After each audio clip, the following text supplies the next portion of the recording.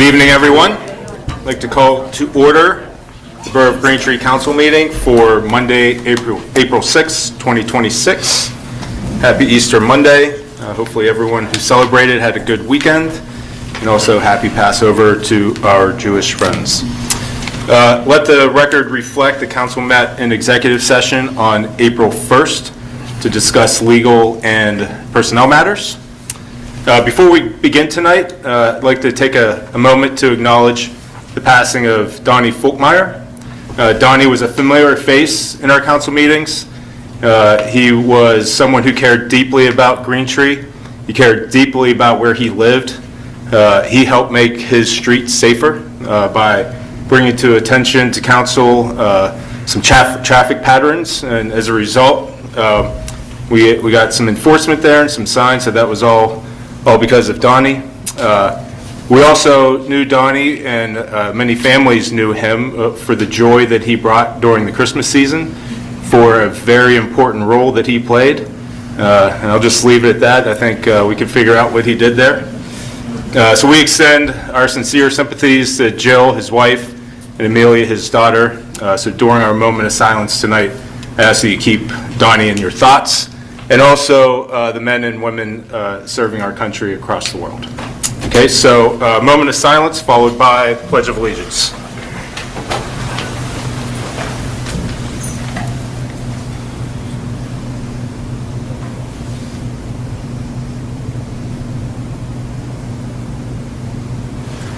I pledge allegiance to the flag of the United States of America and to the republic for which it stands, one nation, under God, indivisible, with liberty and justice for all. Amber, roll call, please. Mr. Allen? Present. Ms. Caskey? Here. Ms. Godovic? Here. Ms. Mortarella? Here. Mr. Canto? Here. Ms. Schwartz? Here. Mr. Ray? Here. Mayor Shank? Present by phone. Thank you. Can we have a motion to approve the minutes for our March 2nd, 2026 meeting? So moved. We have a motion. Do we have a second? I'll second. Any comments about the March 2nd meeting? I have two corrections. In section C1A, Mr. Natali's name, it's Jeffrey Natali, not Jack Natali. And also, just in section E, Schwartz is misspelled. But that's the only things I saw. Okay. Any other feedback on the March 2nd minutes? We have a motion and a second. All in favor? Aye. Opposed? Great. Can I have a motion to approve the minutes for the March 16th, 2026 meeting? I so move. Do we have a second? I'll second. Any comments? All in favor? Aye. Aye. Opposed? Great, that motion passes. Okay, now it's time for public comment for any agenda items. So anyone wishing to address council can step to the podium.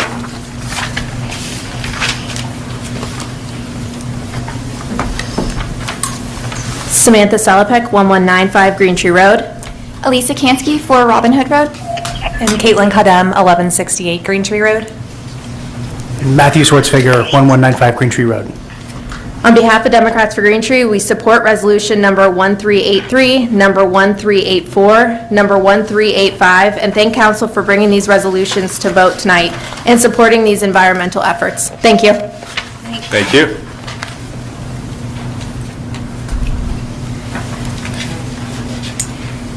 Any other public comment for agenda items?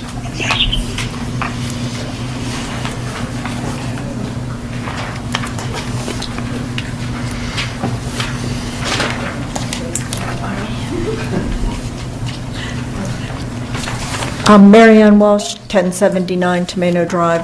I thought we saw on here that there was going to be something on the Dale drainage swale.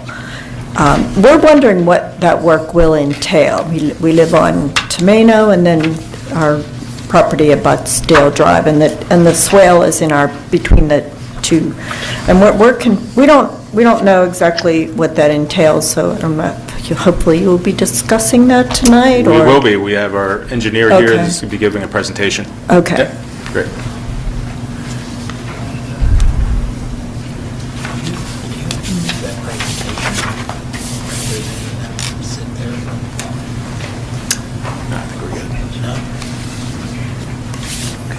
Aldor Kaladi, 143 Sheldon Avenue, 15220.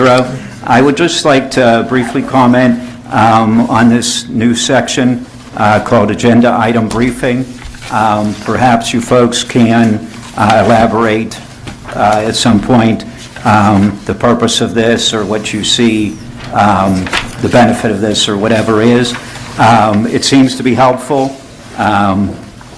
It's a little bit difficult sometimes to figure out something new, but so some sort of addressing of the purpose of this document, or how it's helpful to the citizens, or the whatever, would be appreciated. Thank you. Great.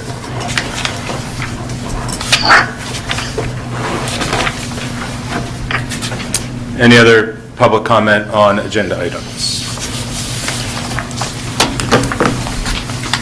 Okay, if not, we're going to move on to the mayor's report. Mayor Shank, you're up. Okay, thank you. Sorry I wasn't there in person today. I'm down in Florida with the grandchildren. I survived Tron and Space Mountain today. I haven't been down here for 34 years, but anyhow, it's changed, I guess, in the last 34 years. On to my report. Is there a little bit of an echo there? No, we hear you just fine. Okay, thank you. I did have mayor's office hours. I'll have them again pretty soon. With Point Park College, I have been in touch with Scott Swain. He's the athletic director at Point Park, so they're excited about moving forward. The ball's in my court. I have to get a revised proposal to council. I'm hoping to do it on Monday when I get back.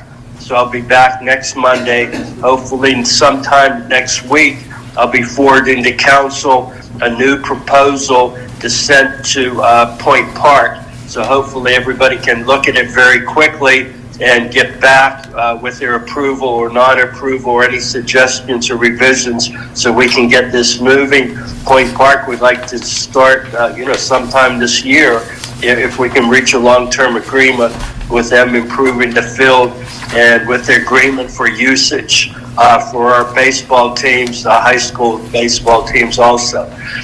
Next, on April 23rd is the NFL draft. So our police department are well aware of it. They're well aware that the hotels will most likely be filled in Green Tree. The hotels have been filled on a number of other occasions for other events, and they have been in touch with the managers of these hotels. So we'll be prepared for that. On April 12th, moving on April 12th, an organization, Democrats for Green Tree, is going to be sponsoring, I believe, from 1 to 3 on a Sunday, cleanup of the Nature Center. So if you're interested in helping with the Nature Center to clean up, I will be back that Saturday, so hopefully I'll be there this Sunday to help clean up the Nature Center. Next, during the last couple of weeks, I swore in Karen Martorella. So I welcome her to council. This would be her first council meeting she's attended. So I swore in, as I do most other new members of council. In regard to Public Works Superintendent, Kerry Ronner reported that as of March 16th, his replacement started, and he's training his replacement pending Kerry's retirement. So we welcome the new person on board for the Public Works Superintendent. A couple more things. I believe there'll be a resolution tonight about the A-team. We've talked about that several times, about social service workers. They'll be available from 10 a.m. to 10 p.m. at no cost to the borough, but I'll leave the rest for Dinah to explain about the A-team and the resolution. Next, in regard to police policies, we're renovating the police policies. It's a massive task. We hope to get up to 80 revised policies Chad Rannigan is working on these policies. We have a contract with Lexipol that council approved, and Lexipol is attorneys and police chiefs that do standard policies. So council is going to look at these standard policies. We have 19 prepared so far, and hopefully in a month or two, we're going to have another 19 or 20 for council's approval. And then lastly, from the police report, we have our police members. I mean, they're an excellent police force. For example, we have Ryan Botsi. He's doing things about the bike rape rodeo. He's also AARP. He spoke with members of Unity Presbyterian Church to talk to senior citizens about scams that target senior citizens. Officer Botsi also did his first DARE class at Guardian Angel Academy, the 5th grade class. So we're trying to get involved in the community. In regard to training, we have less lethal shotguns now. Officer Diamond, he's in charge of the weapons. He went to the less lethal shotgun instructor course, and then he's getting everyone certified on using these less lethal shotguns. In regard to tasers, we have new tasers. They have much more capability, better range, better accuracy. And Sergeant Gavlik, he's the instructor there. So Sergeant Gavlik stepped up to be the taser instructor. In regard to the police cars, we're getting new cameras currently being installed in the cruisers. And these cameras are taking the place of the current ones that Motorola has phased out. And then the new cameras will be compatible with the current body cams that we put into service a couple years ago. So I believe that body cameras and police car cameras are very good. They protect both the police force from unfounded allegations, and they also protect the citizens in case there is a problem with a police officer. So I'm glad that we have updated body cameras and updated vehicle cameras. And then last, Officer Zane, he stepped up and he's gone to training on handcuffing and defensive tactics. So he comes back and teaches the other officers on these subjects. So as I indicated, our police department's second to none. We appreciate council supporting them with the necessary training, with the necessary equipment to make them the force that they are. End of my report. Thank you. Thank you, Mr. Mayor. Up next are committee chair reports, starting with Community Assets and Recreation. Mr. Panza. Thank you, Mr. President. On the agenda tonight, I have a number of resolutions, so I will start by asking for a motion that we adopt Resolution 1383, authorizing the submission of a grant application to the Pennsylvania Department of Conservation and Natural Resources for the Green Tree Planting Project, designating an authorized official to execute all required documents and accepting the terms and conditions of any resulting grant agreement. And as you can now see with the agenda item briefing, the justification of this action will provide for the application to the state to hire a team of experts to review and assess our community's recreational assets and future needs. I second. We have a motion and a second. Any discussion?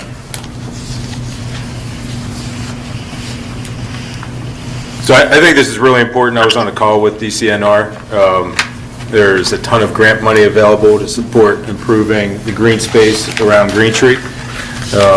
Some of them, I believe, are matching, where there would be an investment on Green Tree's part with grants available to support those initiatives.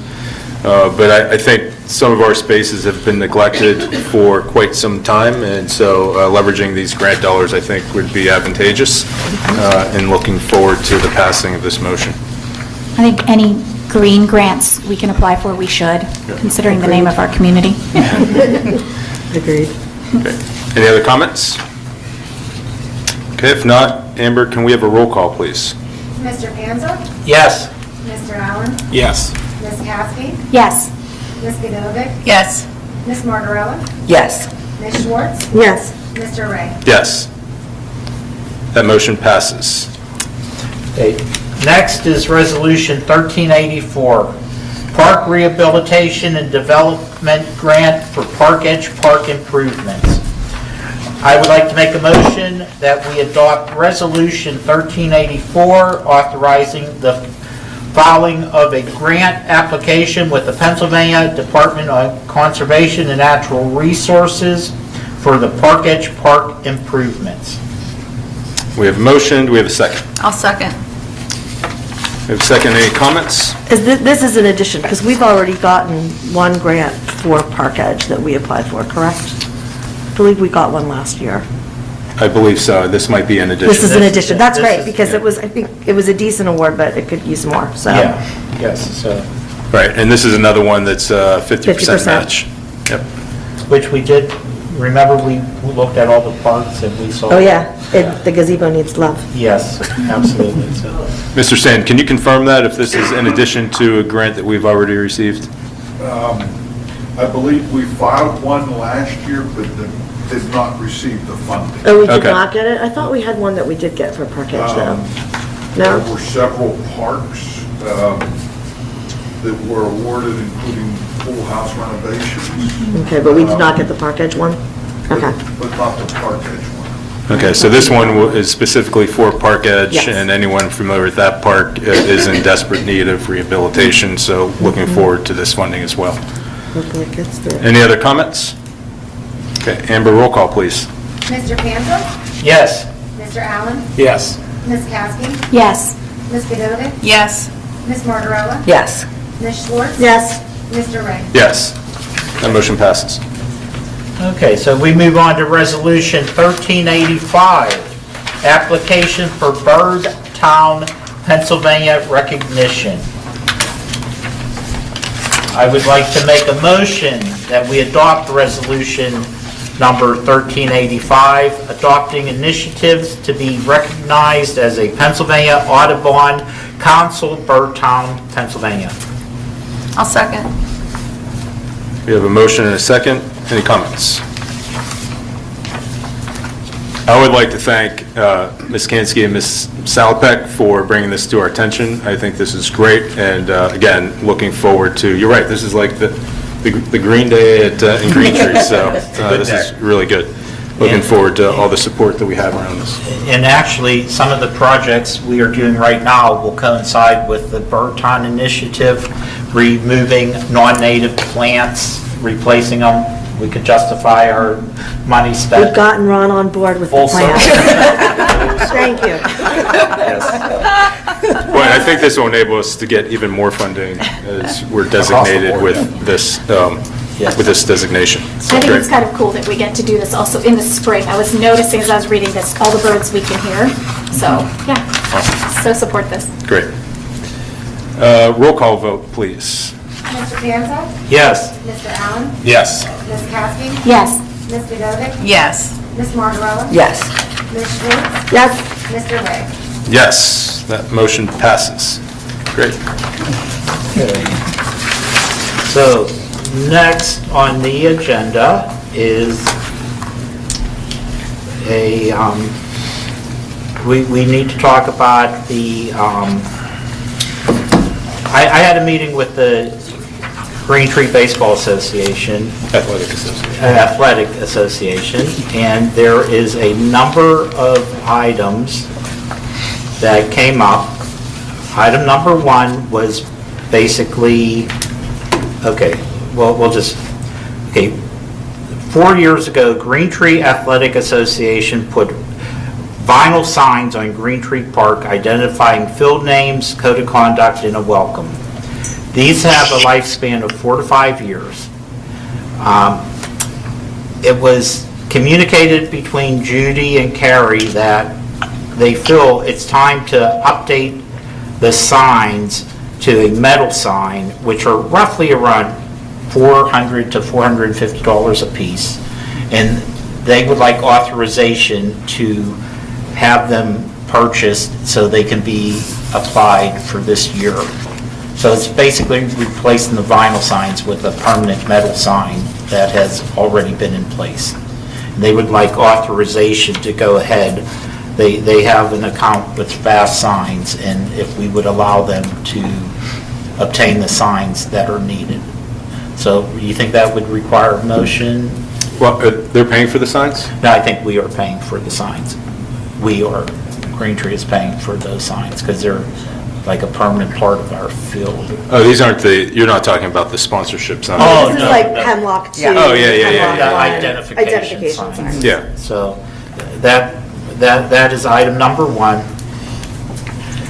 Item number 2, we'll go to Keystone Oaks High School. They bought an artificial mound, and it was for the fact that when they cannot use Point Park, the high school needs to use this artificial mound on one of the Keystone Oaks fields. However, in fact, I believe it's Aiken 2 that they use. Mm-hmm.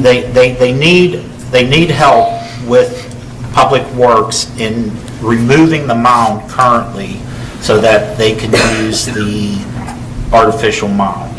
And it was just said if we could make sure this gets done right away so they can utilize the artificial mound.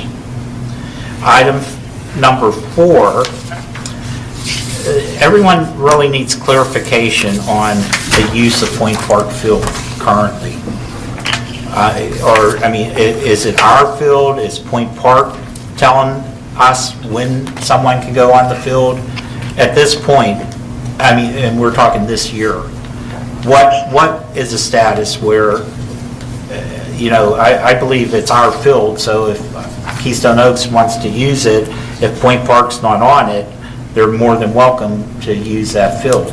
Sure. So I just wanted to state that in public so that the GAA and Keystone Oaks, they're aware that it is our field and we let them use it if it's available. I have a question on that. Have we communicated that to Point Park, or are they aware of that? Well, that's what we're doing right now, Okay, I think. perfect. I think that's what we're doing right now, Okay. is telling them. Is that also problematic? Because the athletic director has left Keystone Oaks, that Right. that was the communication that went down, so there may need to be a... Right. Exactly. The athletic director for Keystone Oaks would call the coach at Yeah. Point Park, and they would work out the schedule. Yeah. So I don't know if they've filled, Mr. Kratzley, have they filled the athletic director position yet? No. Is there an interim that we could contact? No. Okay. So maybe the baseball Pretty much coach. everything's going to go through the superintendent right now. Okay. So maybe the high school baseball Baseball coach coach. can work with the Point Park baseball coach to coordinate field usage. Yeah. Okay. My understanding is that's how it was originally done as well. Okay. Not just- What's the timeline of when they would first have to contact them? I mean, is it Like, soon? Now. Now. Like right now, Yeah. like this week. Okay. Yeah, this is the mayor. Yes. Yeah, in the past, they have coordinated. The Keystone Oaks High School has coordinated with Point Park. Point Park and the high school have coordinated. I think that the coordinations went with GAA also. It is our field. It is Green Tree Field. What we're working on is a long-term lease with them. It would be a shared field. Green Tree would have use of it, or Athletic Association, the high school would have use of it, and Point Park would have use of it. But Point Park's willing to make substantial improvements. Right now, everybody cannot use that field all the time because of the condition of the field. Point Park plays more than 50% of their games away. I believe the high school plays on other fields. So the field needs improvements. Point Park is willing to do these improvements if we can reach an agreement. So I think that everybody's going to be happy with the proposal that I'm working on, and that council's going to have to approve. So we are taking steps, but in the past, it's been a very informal agreement between the various organizations, and to my knowledge, there's been no major hiccups on their coordination in the past. So hopefully we can get to coordination in the future, and hopefully Point Park does all these improvements, everybody's going to get substantially more use of the field. Thank you. Thank you, Mayor. The next two items, normally the GAA and the borough manager would have discussions. However, without us currently having a borough manager, it was asked that I bring these next two items up so that we can relay it to Public Works, that the Hemlock Visitor Dugout and the Hemlock 2 bleachers have graffiti on them. That's been addressed. That has been addressed. No? No? No, it was supposed to be cleaned up today, and it has not been. Okay. Oh, I told it was being painted last Friday. No. Okay. Well, anyways, so they're aware of that. And then the GAA does need help in raising flags on the flagpole. They want an American flag, the Green Tree Borough flag, and the Green Tree Athletic Association flag. Great. So if they could help with that.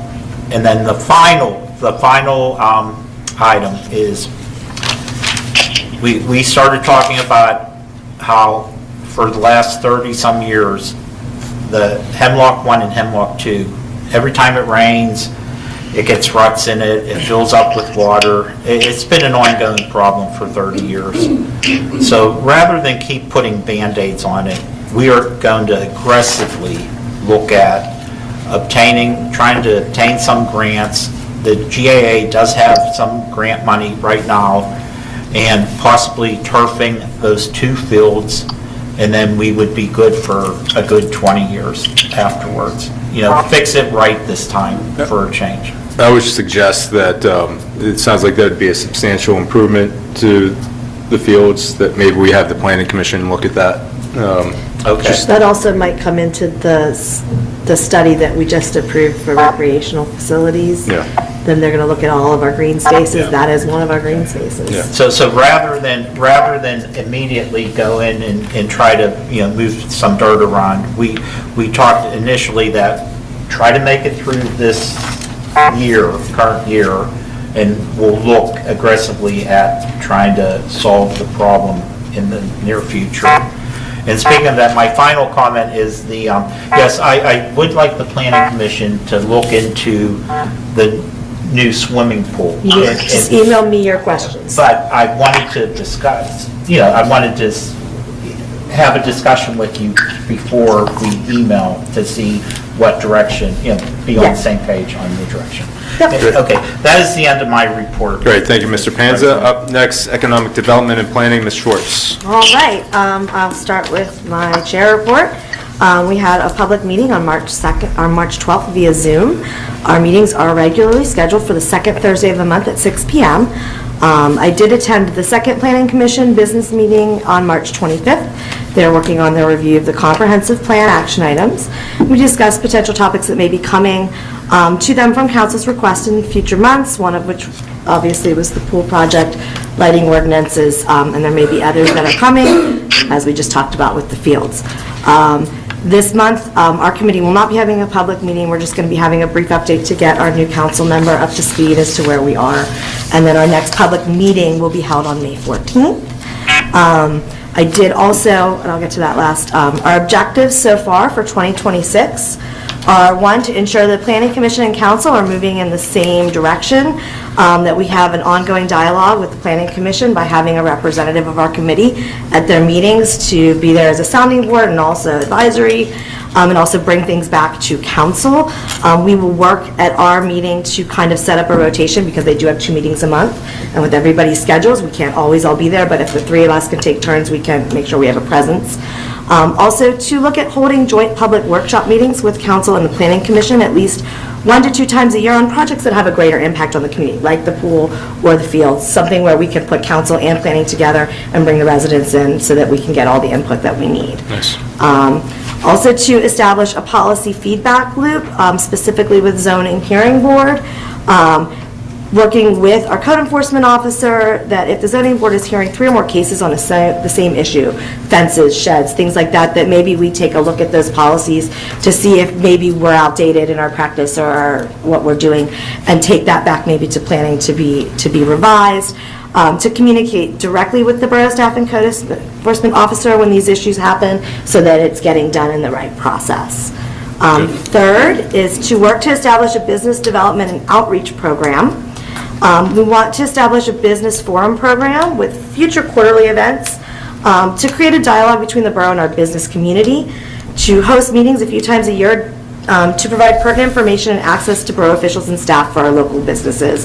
And that could be about code enforcement, that could be about policing, that could be community activities that they can participate in, to kind of build that structure, because once we can get our business community engaged with us, they also know who to come to when they have a problem.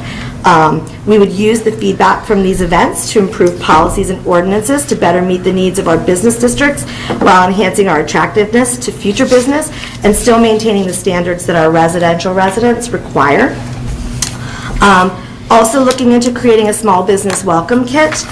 We used to do a welcome neighbor kit for residents, but we don't have anything for our businesses. Who do they call when they have an issue that the municipality would handle? Giving them those tools when they walk in so that they know that we're here for them as well. It would also give us an opportunity to identify local businesses that could support community initiatives like Oktoberfest, 4th of July, rec activities, JA, and bring those partners together for everyone in the community. We've already begun a dialogue with the Planning Commission, and we'll continue to work with them to coordinate topics that would best benefit from a joint workshop. We'll be setting planning a meeting attendance schedule with the committee, and we're going to be working with the office to look at potential dates for the first business forum, which I'm hoping to do in May or June, and prepare a mailing that would go out to local business owners, inviting them. The committee will discuss logistics and maybe the topics of that. It might be something where we could have the mayor, the police chief, Public Works all present, kind of all about the borough meeting and what timing, but we'll get back to that at our next council meeting.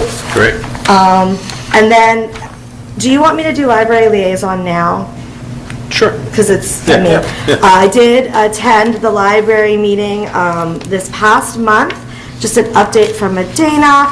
They are currently in the process of hiring a full-time youth service librarian. They're interviewing during the month of April, hoping to fill in May. You say Youth services, which Okay. is, they want to get that person on board before summer because, as we know, the library is very busy with children in the summer months. Is that a new position, or is that replacing? I think it's like a change. I think it's a newer position. Okay. I think so. Okay. Is it replaced because Emily Okay. left? Yeah. Okay. I think they changed the layout a little of how Yeah. everybody's working there, though. In the interim, Adina and the assistant director will provide the children's programming and resources so that there's no disruption in service. They were awarded a $1,000 general operating grant from the Pittsburgh Foundation recently. We have 3 new members of the library board, myself, Jen Howells, and Katie Hudson, and they confirmed their officers. Ed Giles is president, Rebecca Chambers is vice president, Caitlin Kadem is secretary, Phil Della Sala as treasurer. They are currently reviewing the library bylaws and the borough charter to kind of understand the governance structure, and they're in the early stages of looking at a strategic plan for the library for the future. The director's also going to the Library Association Conference in Minneapolis in April, so she's actually there right now. So that's a really great training exercise, and as someone who works for the public library, it's always great to hear that they're going to those conferences and meeting lots of people and getting new ideas. Great. So that's all of that, and back to the business that I have on my agenda, which is the Clearview Credit Union Land Development Application. Clearview Credit Union is looking to put a new building in the location where Vincent's was, and they did go in front of the Planning Commission in March, and they were approved with conditions. So I'm going to read the motion. If you look on our backup, it is 7A, no. Well, it's on the agenda, too. It's on the agenda. Yeah. The backup is It's the there. one that You have to flip. Yeah, it's So lots it's of the very pages. bottom. So- 7B2. Pages I'm two going to and add to this because there are waivers that are included in this. Okay. So that's getting added, I had that put in. I move that we approve the Clearview Federal Credit Union preliminary and final land development application in accordance with the recommendation of the Planning Commission at its meeting held on February 25th, 2026, contingent on addressing the items in the LSSE Engineers and Surveyors, Inc.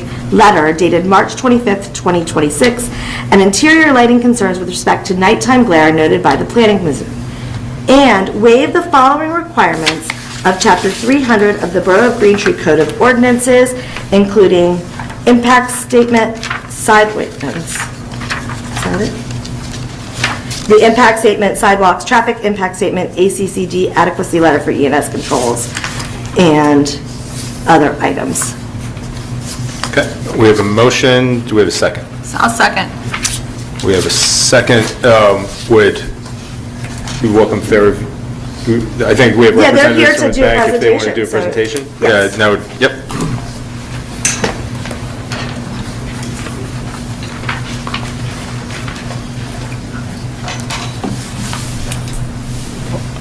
My name is Brian Almeter with the firm of Farringer McCurdy Gray, representing the applicant in this matter. I did bring some boards. I'll make it very brief. I know you have a long agenda, but I'll just quickly go through the plan for the benefit of the board.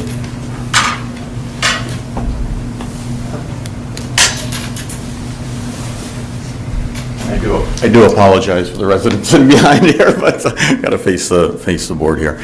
With me this evening is representatives from Clearview Federal Credit Union, as well as LGA Partners, the architect for the building, and the contractor who has been selected to build the building. As mentioned, this site is at the Vincent's, former Vincent's Pizza restaurant at 333 Mansfield Avenue. For the record, it's tax parcel 38H55. It's slightly under an acre, 0.9 acres. It is zoned office commercial. Access is off of Old Mansfield Avenue, which is the right-hand or upper right-hand corner of this image that I'm showing you. All the utilities are present on the property, and it's adjacent to the PennDOT ramp onto the Parkway West, which is at the lower level of the image shown here. As mentioned, Clearview is proposing to construct a two-story building with two drive-through lanes located on the rear of the building away from Old Mansfield Avenue. It has 13 car stacking, so we have quite a few car stacking, so it would not impact the borough or PennDOT streets. The first level of the financial institution is primarily to the financial end of the business. It contains about 2,140 square feet. The second floor is generally offices and conference rooms. That's a little bit larger because that is over top of the drive lanes here, so it's around 2,800 square feet. So buildings total is about 4,900 square feet, just a little bit over. The plan proposes 23 parking spaces with adequate accessible space in the front, and there is a wall proposed on the northern property line to support the drive lane around the financial institution. We are proposing stormwater management facilities in the rear of the property, which is essentially a gravel parking lot. It was an overflow for Vincent's at the time. We are also doing some site lighting, about 6 light poles to light the facility for safety of the employees and the users of the property. As mentioned, we did get a couple of comment letters from LSSE. We've addressed those both in plan revisions as well as written down responses, and we concur with the statement about their waivers being requested here this evening.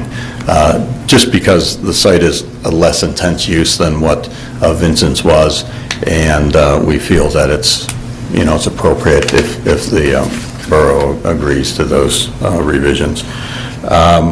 I do have the architect here that if you want to see renderings of the building, if not, I'll be happy to answer any questions. Well, those were already made available to us. Right. Did Yeah, we have everyone all have a that. chance Okay. to see those? Yeah, good.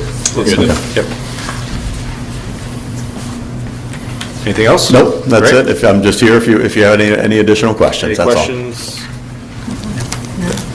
Okay, thank Well, you. so actually, I think I do have, I know the lighting was a concern, so how has that been addressed?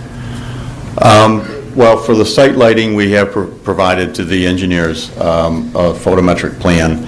The building itself is lit internally within what they call channel glass.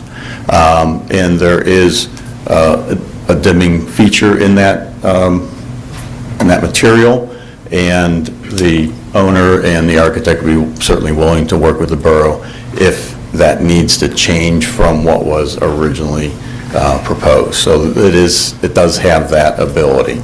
It's my understanding too, when I was reading through that, the lights, that the channels that you're using are actually not as large as the channels you used in other facilities. Is that correct?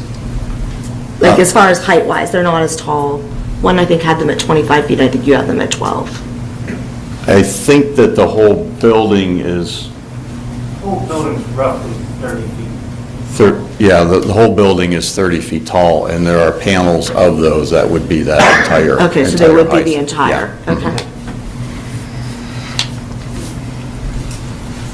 Great, thank you very much. Thank you. Thank you. Any additional comments or questions? Okay, so I we think have, someone in the back had a question.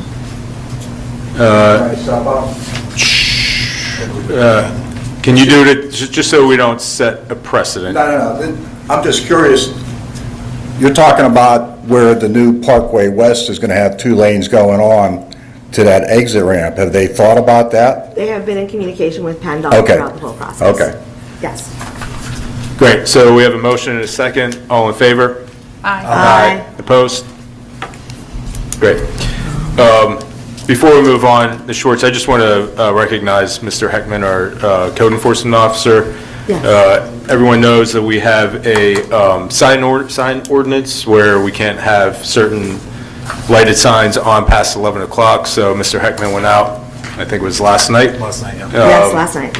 After 11 o'clock, and determined there were 47 47 signs that were out of compliance with that ordinance, so he'll be following up accordingly. And to follow up with that, he also is looking at doing a comprehensive kind of plan to tackle multiple issues that we run in with businesses by doing site visits on a rotation. So they're setting up a new system that has not been in place in the past that will help us address a lot of issues with one fell swoop in a systematic way, which is fantastic. So Great. he's doing a great That's job. awesome. Great. That's the Thank you, end of Ms. my Schwartz. report. Great, thank you. Up next is Finance and Administration, Mr. Allen. Hi, everyone. We'll do my chair report quick. It's not a huge chair report because there's a lot to cover underneath the committee, but if you read my newsletter article for the spring newsletter, I made a promise within the first 90 days that I would be kind of bumping through a couple of different things. The first thing that I promised is that we would be getting the full financial picture. I can tell you that within the first 3 months, I have finally gone through the entirety of the budget for Green Tree, and it's a big one. So there are lots of things that I'm going to be suggesting and questions that I have that I'll bring to council, as well as Babette in the coming weeks. I've also promised to make finances easier to understand. When I do my report month after month after this one, I'm going to kind of break down the different finances that we need to review, things that are coming up and things that have already happened, to make it just a little simpler, because my job is to make it easier to understand, because there's a lot that I have to go through and figure out, and I'll make it easier for all of you. I've also been looking very closely at how we operate, the ordinances of how we pay, who we pay, what we pay, invoices, things like that. There's a lot that goes through the borough, and there's a lot to kind of digest and go through, but I promise you I'm looking at everything with a very fine-tooth comb. We're also trying to think ahead, not just month to month. We need to look at the full picture for the year, and that is kind of what the budget breaks down. And then, of course, working together with Respecting Care with with the other council members. I'm very new, obviously, to this, not new to finance and business, but new to the way that a community finance works, and everyone here on council has helped me in their own way to figure out how that finance works in every capacity. So this one might be a short one, but if you love numbers and you love things that go along with budgets, come next month, because that is when I'll probably have the biggest report of the year. I want to do one pretty much every quarter. All right, so with that being said, I have a whole bunch of different things to review. Number one, to ratify the actions of the borough manager in paying the March 2026 invoices from the general fund totaling $35,949.81, bond fund totaling $8,067.50, payroll account totaling $239,800.82, educational service agency fund totaling $6,096.79, and a credit card for January 2026 totaling $8,427.32. We have a motion. Do we have a second? I'll second. Any questions? All right, all in favor? Aye. Opposed? That motion passes. Next, to approve the payment of the April 2026 invoices from the general fund totaling $176,334.83, storm sewer fund totaling $2,613.21, sanitary sewer fund totaling $65,522.44, capital projects fund totaling $113,384.62, and the farmers market fund totaling $220. Do we have a second? Second. Any comments? All in favor? Aye. Aye. Opposed? That motion passes. Okay, and for Resolution 1386, it's the application for the PADCED Strategic Management Planning Program Grant. I move that we adopt Resolution number 1386, authorizing the submission of a grant application to the Pennsylvania Department of Community and Economic Development Strategic Management Planning Program, and committing local matching funds for the development of a 5-year financial and operational plan. Do we have a second? Second. All right, we have Mr. George Newsom that's here to present on this topic. Oh, thank you. Thanks very much.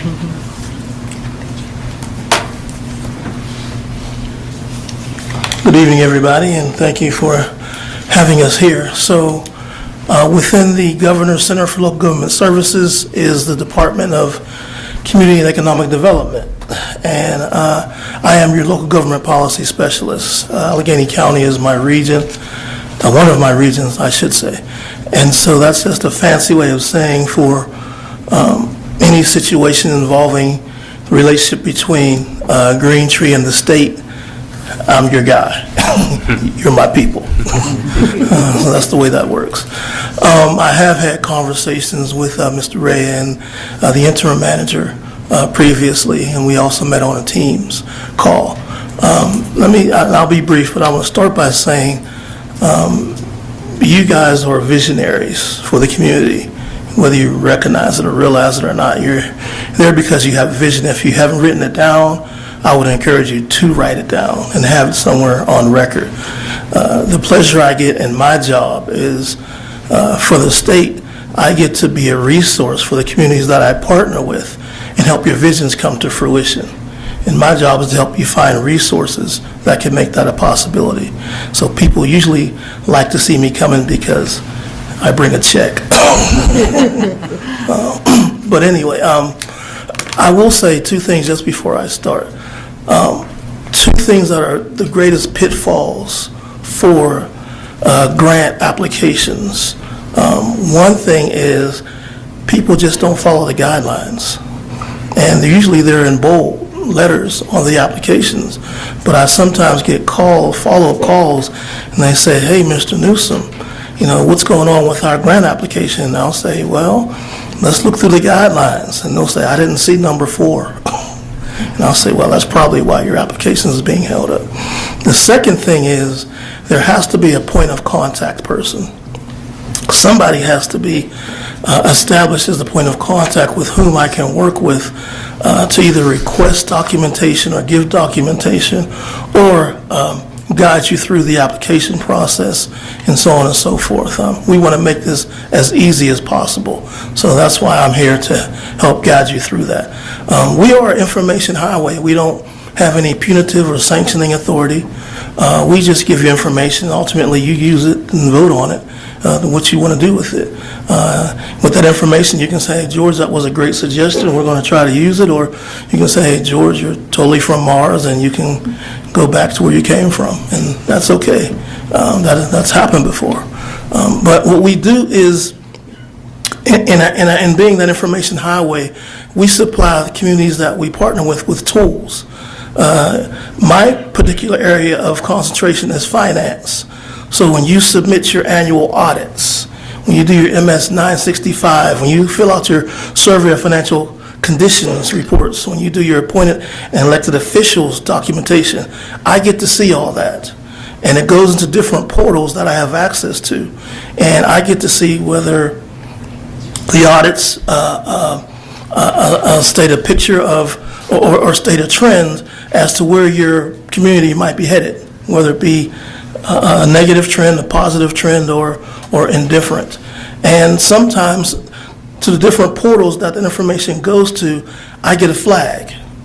And sometimes if I get a flag, I visit that community.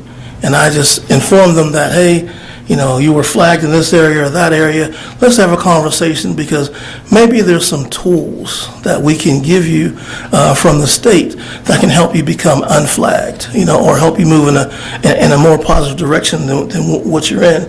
And my purpose, like I said, is I'm not a spy for the state. I'm not trying to catch you doing anything wrong or inappropriate. My job is to partner with you and help you move towards financial solvency as much as is possible. So that's my connection with folks I partner with. In this particular situation, what we've talked about in the past is a grant, the Strategic Management Planning Program grant, or the STAMP grant, as I like to say, without the A. And the state loves acronyms. When I first started with the state, I didn't know what anybody was talking about. So I made an acronym cheat sheet that I usually carry with me just in case. So I sometimes know what people are talking about. But it is a grant it's a multi-phase grant. And it takes a look back at 5 years of your past, what you're doing currently, and it gives you a 5-year projection of where you would be headed should you continue on the same path that you're on. And this, I think, would be a great help to Mr. Allen as he talked about some of the things that he's doing with the finances. But it takes a look at your operations management, at your capacity for government, at your audit history, and like I said, it gives you takes a look at 5 years past and a 5-year projection, and that is the first phase. Some communities just use the first phase as a roadmap, because at the end of that first phase is going to be several recommendations. This is initiated by a resolution, which you are doing tonight. After that, you would do an RFP. You would choose a consultant, which we would also help you with. I could help you interview the consultants. I could also supply you with a consultant list who are familiar with the STAMP grant. So they're familiar with the eligible criteria that is necessary to have the grant approved. We go through that process. I'd also help you through the application process, which is done on the dcdpa.gov website. So you do that also. But all that's in the STAMP Guidelines Handbook, is also how I would supply that to you as well. After we choose the consultant, and the consultant does that phase 1 part of the grant, and you have that roadmap. And like I said, some communities, they stop there.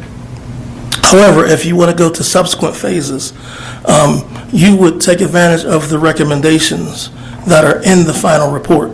And I'll say this, you might want to write this down. Recommendations create projects, and projects create funding. That's where the check part comes in. It has to be in the recommendations to be able to be eligible for funding and implementation funding. So I always encourage folks, work closely with your consultant.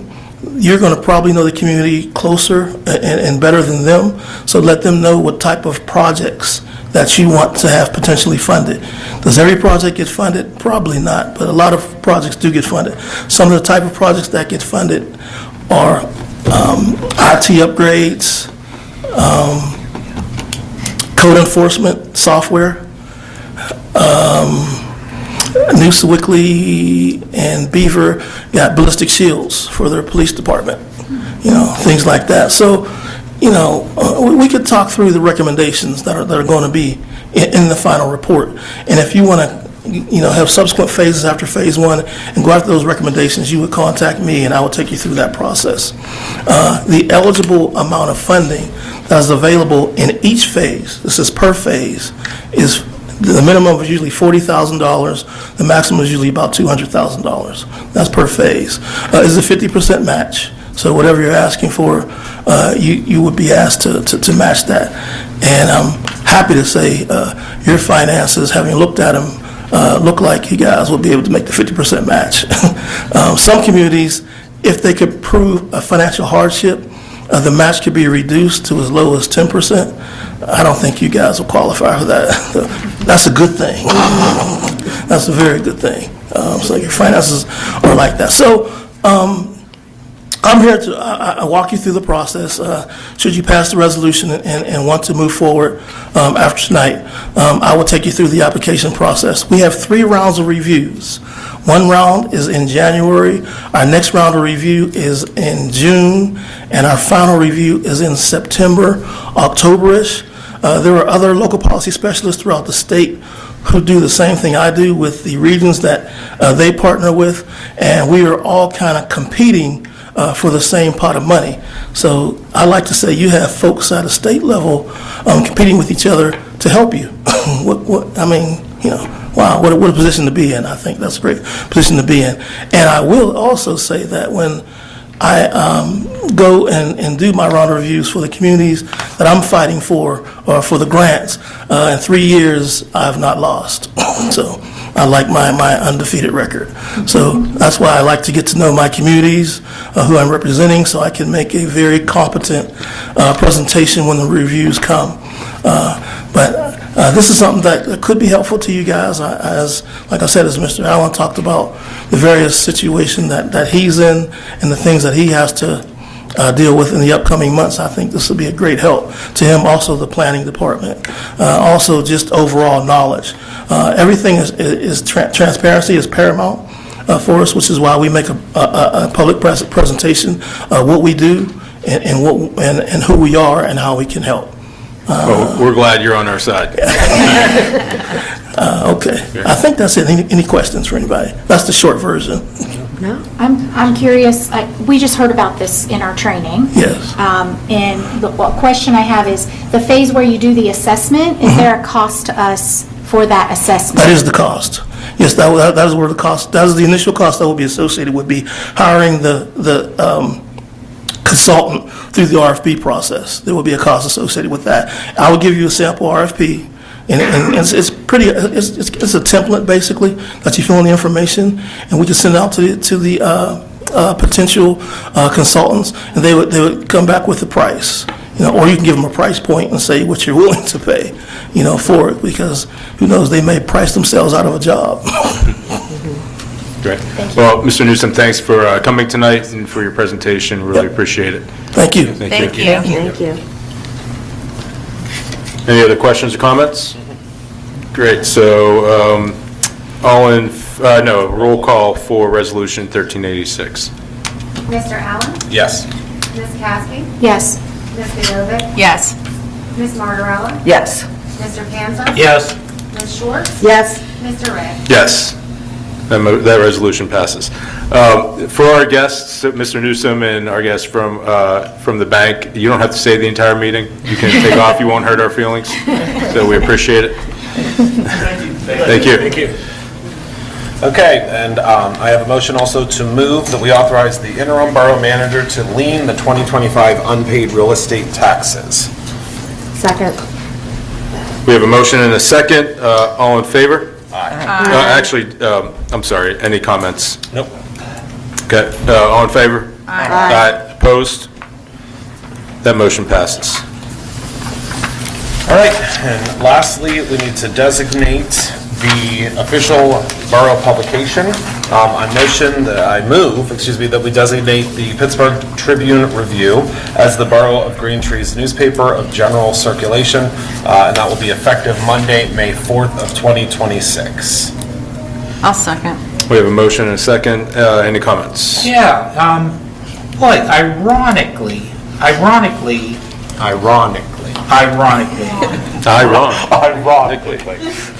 6 months ago, I fought very hard to designate the Tribune Review as our official paper. I did the research of pricing for advertising. And all around, it was a much better source, cheaper, better. But in public, we were told the Tribune Review did not qualify. Only the Post-Gazette qualified. We could pull the minutes, but, we were clearly said we were stuck with the Pittsburgh Post-Gazette. I can answer that one. I would be happy to jump in. At the time, the Tribune Review only had regionalized newspapers, none of which we were told would run legal advertisements for the borough of Green Tree. With the recent news that the Pittsburgh Post-Gazette is closing, they are now bringing back a county-wide newspaper. They're going to advertise for all municipalities within Allegheny County. So while this did not previously qualify as a newspaper of general circulation within the borough, it now does. That makes sense.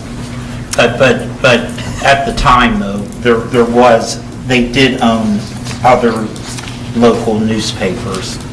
They did, but they said they would not actually run legal ads for Green Tree because that was outside of the regions in which those regionalized newspapers operated. The Valley News Dispatch was one of them up in the Alakiski Valley. Westmoreland County is another one. This is now going to actually be the Pittsburgh Tribune Review, which was a previous printed version. It then closed maybe 10 years ago, and they're only now bringing it back and issuing it at the county-wide level. But they have not brought it back as of today. They are bringing it back, I want to say, May 6th, I think, is their first edition. So the Pittsburgh Post-Gazette is scheduled to shutter on Sunday, May 3rd. This way, in case there's anything that needs to go in the newspaper, as soon as it's up and running on the 6th, we could get it in there in that first edition. Great. Any other comments? Okay, we have a motion and a second. All in favor? Aye. Opposed? That motion passes. Anything else, Mr. Allen? Nope, thank you. Up next, Public Safety, Ms. Caskey. Thank you, Mr. President. Public Safety Committee held a meeting on the 4th Monday of March at 7 p.m. at the Borough Building and on Zoom. The entire committee was present, as well as the mayor, our emergency management coordinator, and acting chief Rannigan for a portion of the meeting. I was grateful that several residents attended and participated by providing public comment also at the meeting. One resident made a public comment asking if officers have training in supporting residents with sensory processing differences and presenting some resources for training that might be useful to our officers and emergency response volunteers.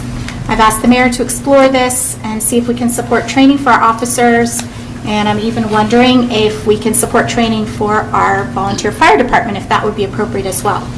This resident, along with several other residents, sent a follow-up email to me regarding their public comment and request that I have responded to. For the sake of time, I printed the letter and would like that letter and my response entered into the minutes of this meeting if possible. I can get that to Amber after this meeting. I look forward to hearing from the mayor as to what he recommends for next steps in this matter. Our emergency management coordinator expressed a desire to have guidance, support, and clarification about emergency management planning, preparation, response, and communication in tandem and coordination with other agencies in the borough, including the police department. Number 3, traffic calming issues on School Street are in process with borough management to determine what next steps are.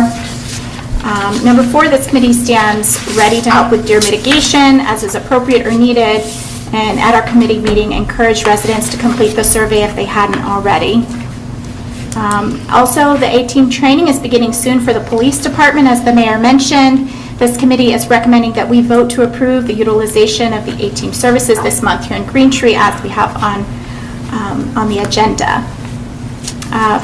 Number 6, Chief Rannigan stated that a portion of the updated police department policies, this is on our agenda as well. I'll provide comment about that when that comes up. Finally, I want to say residents are welcome to attend the next public safety meeting on the fourth Monday of the month, April 27th at 7 p.m., where we plan to discuss another 2026 goal of the Public Safety Committee, the Chief of Police vacancy. We hope to explore options and to develop action steps and a productive timeline for addressing the Chief of Police vacancy.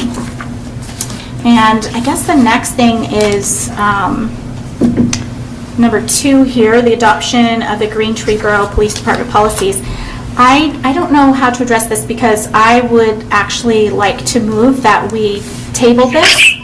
And, but do I need to, yeah, I don't know, how are we supposed to do that? You can make a motion to table. Okay, I would like to move that we table this so that some more discussion can happen. I guess I need a second on that. First. I would like to motion that we table this ordinance. And I second. Okay. Now we can have discussion. Now we can discuss it. Okay, so at the meeting, Chief Rannigan stated that he's been working through these policies. There's been a lot of resources spent as far as having this program paid for to develop some new policies, and he's finished a large portion of them, and I've reviewed all of them myself. But there's still some outstanding questions and some things that are up for discussion. And at the meeting, it was asked about public being able to have access, and there's questions all around how do we address that. There's a desire for transparency, but also a desire to release police tactical information safely and wisely in a way that still protects our officers and our residents. So I'm moving that we table the approval of these policies until all the policy updates are complete and residents have been given time, or we figure out how we can help share information that would like to be shared. And that can be done kind of in one fell swoop, reducing the cost of any legal fees and administrative burden on borough staff. So are you suggesting, because I believe there are about 80 to 100 policies that need to be updated, are you suggesting that we wait until all 80 have been updated? Or at least until we can discuss with Chief Rannigan and legal counsel as far as what we could put out to the public at public request that would not be, I think that's a concern because there are, there's concerns about policy. What should be redacted? What should be redacted, Yeah. what shouldn't, Yeah. and right to know, things like that. And we just feel like we haven't had those discussions. We haven't. And those need to happen before we vote. So are we talking about two separate issues? Are we talking about We're talking about holding off while we figure that out. holding off? And I understand the one about having more clarity on what to redact, what not to redact, but are you also suggesting that, because how many are in this batch? There's 20 in this batch, or 19. maybe I should clarify. I think my concern is that residents are asking, while we have drafts of these, before the policies are voted on and approved by this council, there was a request, a very specific request made at the public safety meeting where they said, can we see these before they're voted on? So that's what I'm saying is, hey, if we just hold off and figure out, we can actually do this all in one fell swoop with all of them.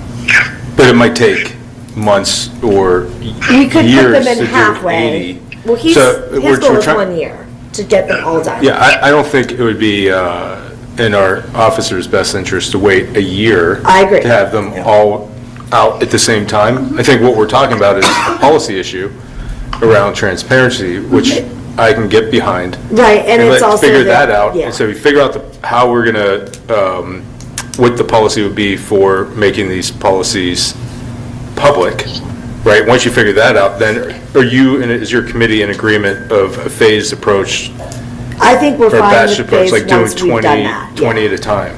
I think once we've had chance to work with Acting Chief Brannigan and the mayor and legal counsel as to what can or cannot be shared, what should or should not be shared, and any questions we may have, because we haven't had a chance to meet about the policies collectively. Yeah, we were just told about them at the meeting. And then they were emailed. So, I Okay. mean, that's kind of where But we're. it sounds like the first batch of 20 are probably the most critical ones? I don't know that that's necessarily seen the other true. ones. We don't know what the other ones entail. Okay. They're just, he's going, I believe they're going through the system. In order. The order, that the program has? And that's a question for Chief Rannigan, Acting Chief Rannigan. I think my biggest concern is that I don't feel comfortable voting on something that we haven't been able to have any public comment on, or any residents to be able to give feedback on, and they've specifically asked for that. And if that can be given, I would like to find out if that can be given. So that's why I just want a little bit of space. And this is the mayor. I have a couple comments. Yeah. Okay, first of all, a police policy is established by police and attorneys.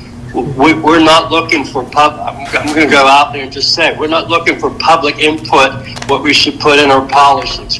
We're looking to the experts, what we're going to put in our policies. Numerous police chiefs, numerous attorneys. That's what we're going to put in our policies. That's what's going to protect the police department. We're not asking for input from citizens to establish our policies. Second of all, it's important to have updated policies to protect us from liability. We've put this off for a long, long time. We finally have Acting Chief Rannigan taking the initiative and the prior council approving a process by which we can do it. He spends a lot of time reviewing these policies. He has the union police officer review the policies. He has the other sergeant review the policies. So I think it's important that we get these policies in effect ASAP. Some of them are pretty critical. We don't want to be dragging our feet on doing that. Thirdly, I'm not adamant about not publishing some of the policies. As indicated, the city of Pittsburgh does publish policies with redactions regarding weaponry, regarding discipline, regarding several other things. So my thought is, let's get these 80 policies in effect ASAP, 20 at a time, protect our police department, protect the community in case we ever get sued. We have the policy. We weren't dragging our feet. We have the policies. Once we get all 80 policies in effect, and then at that time we can do a redaction. We can go through them all at once. I don't want the police bogging down Acting Chief Rannigan because of one citizen made a comment, and that was good. And the Public Safety Committee, can review these. So now we're going to hold up the whole system that we've been trying to do for years. So I'm very adamant against holding this off. Let's protect our police officers. Let's give respect to Chief Rannigan. Let's enact them ASAP. And at some later time, once we have all 80 policies in effect, we can go through them and decide which ones we need redactions. In the meantime, we're being protected. So anyhow, that's my more than 2 cents. That's my $1.02. Thank you. I have another question. How long has it been since our policies have been updated? 10 years, probably. I mean, they've been piecemeal. I can't say that. I mean, it's been a long time since they've been updated. Before my time, I've been mayor 12 years, have not been updated universally in the 12 years I've been mayor. There's been some piecemeal here, there. If we get a problem, they've updated them. So other chiefs have said we're going to do it, but they never acted on it like Acting Chief Rannigan's acting on it currently. I have remaining questions that have yet to be answered, and I would like to table this for 1 month to get some clearer answers. And how much danger, Mayor, would you say that we're in? You brought up suing and things like that. If we were to take 30 days, are we in that much of a risk if we just take 1 month to figure this out?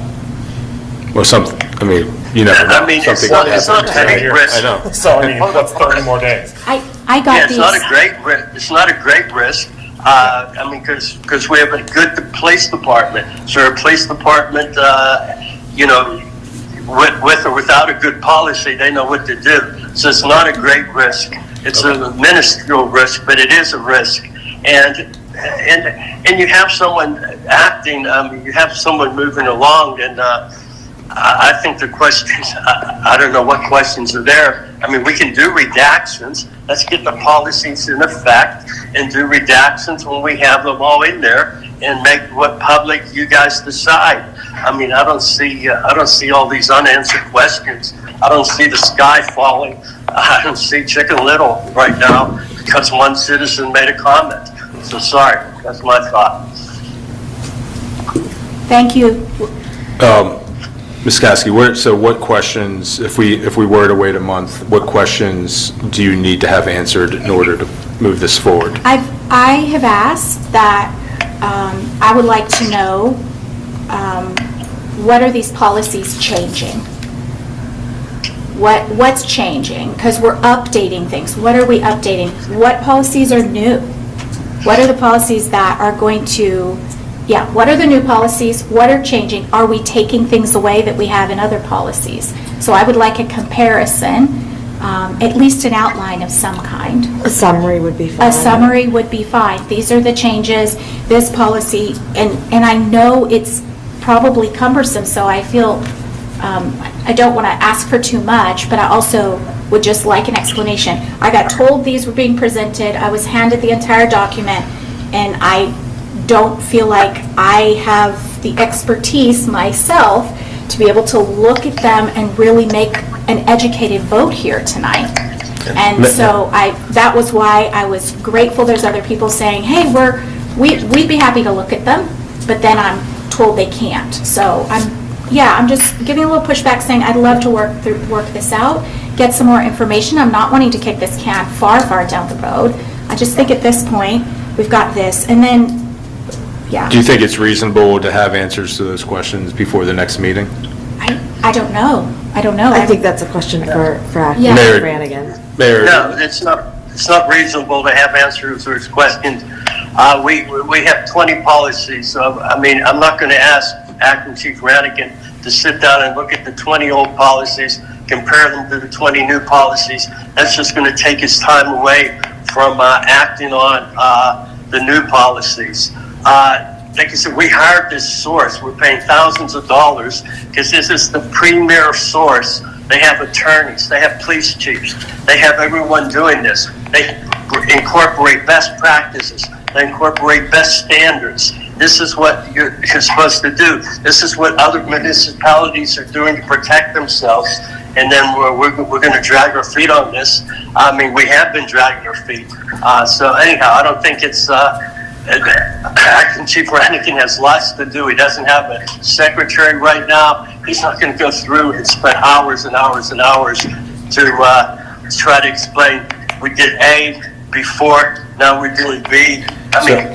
So I appreciate that. We're doing the best. Yeah, he's definitely resource constrained right now.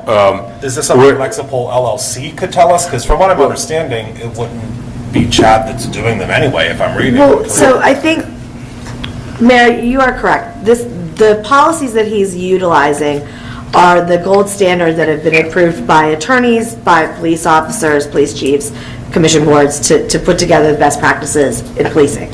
I think there is a middle ground of not asking Chad to go through every single line, but maybe just say, hey, you did those 20. What were the highlights? What were the main things that you really wanted to change?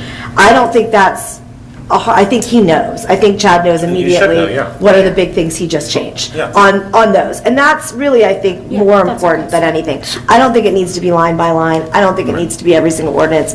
I think it just needs to be like, hey, these are the major points that we really improved on. Would be helpful. This is an update. What was the actual update? And tell me in like second grader terms so I can understand. And how is that going to help? How is that going to help us laymen, including myself? How is that going to help us laymen? We're saying we're doing the best practices now. We didn't have the best practices before. This is the gold standard. This is what everyone's doing. So now we have to try to say why we didn't have the gold standard before. I mean, I just think that's a waste of time. Or that things have changed since we last did our policies. That's also, I think, more the procedure. And we're voting on policies that will affect our entire communities. So that's something we should be a little bit versed on. This is why I'm asking to table it. I think there is a lot of discussion that needs to be had around this. And I was just handed this. I mean, we have our meeting on the fourth Monday of the month, and then this is the first Monday of the next month. So I literally had days to try to figure things out, and I'm not blaming anybody for not getting answers. I'm asking for more time so that we can explore this and make sure we're doing everything as best practice. Unfortunately, I believe what the mayor is trying to convey, though, is, for example, if we have a pursuit policy that was, we will chase a criminal at up to 40 miles per hour, then all of a sudden the new policy is we will chase a criminal to 30 miles per hour. We're not going to take public comment by someone saying, no, I want them chasing them to 50 miles per hour. No, I don't think we're asking for So none of that. that's going to change. We're is not what he's asking trying for to that. say. We just want to have time to actually, like, ask any questions we may have. But I'm just of saying, different- once you realize, okay, oh, this policy changed from 40 miles an hour to 30 miles an hour, if we're not going to have any input to say it shouldn't be that way, then what's the difference? What I'm saying is, if we find out the differences, we're going to know the differences, but we're not going to put any input into But changing we'll at them. least know what they are And so we'll that know we what can we're vote voting on for. them. We know what we're voting for. Because it is, as it all, it's a vote, so if it's voted no, it doesn't happen, right? I'm for, in the end, I'm for 30 days is not unreasonable. So, in the documents that were sent to us, and Mayor, some of these are tagged best practice, some are tagged federal, some are tagged state, and some are tagged modified. Mayor, do you know if the modified indicates that those are modified locally by our department? Is that a signal that there was something that changed there? I mean, some of these are redlined. Yeah, that's what I'm saying. I have questions about all that. Yeah. I can give more clarification, but they're the form-fitted, when you have a sergeant, when you have one acting, the chain of command and different things. So some of it has to be changed to be specific as the number of officers or things like that. But no major changes on the use of force, no major changes whatsoever on any of those critical things. Just things that are specific to our department, the structure of our department. Okay, so when it says modified, it's aligning it to Our size. our size, our department. Some of these are, there's a strike through on some of these,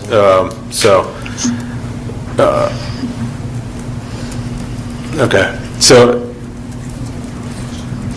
We have a motion to. we have a motion to table and a second. We have discussion around if 30 days would be enough time Or till the next meeting. till the next meeting. Yeah.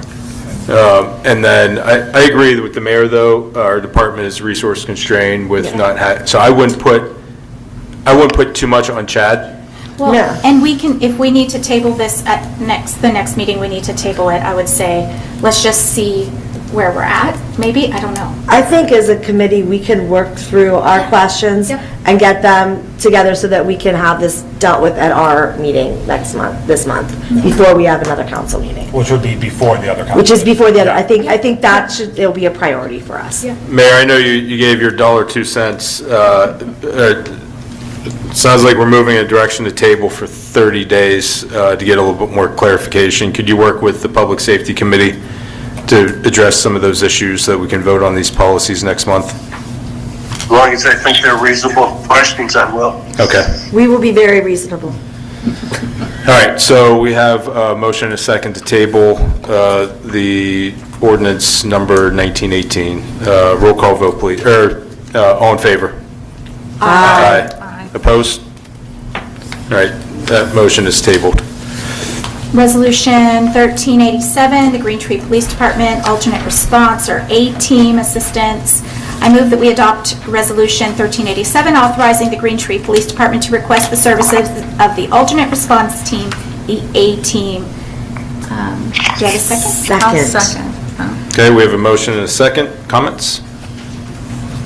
We've reported on this. We've talked about it in public safety. I'm super excited. The police department is excited. Yes. We're all For the excited. sake of anybody in the audience who doesn't know what it is, you want to give a two-sentence description Sure. of what it is? So the A-Team is a mobile team that is out of Allegheny County, and they have these small vans or vehicles that take 2 human service workers that it goes through the 911 system. Our officers can call them when they respond to a call and feel that it might be useful to have human services professionals on site or providing support.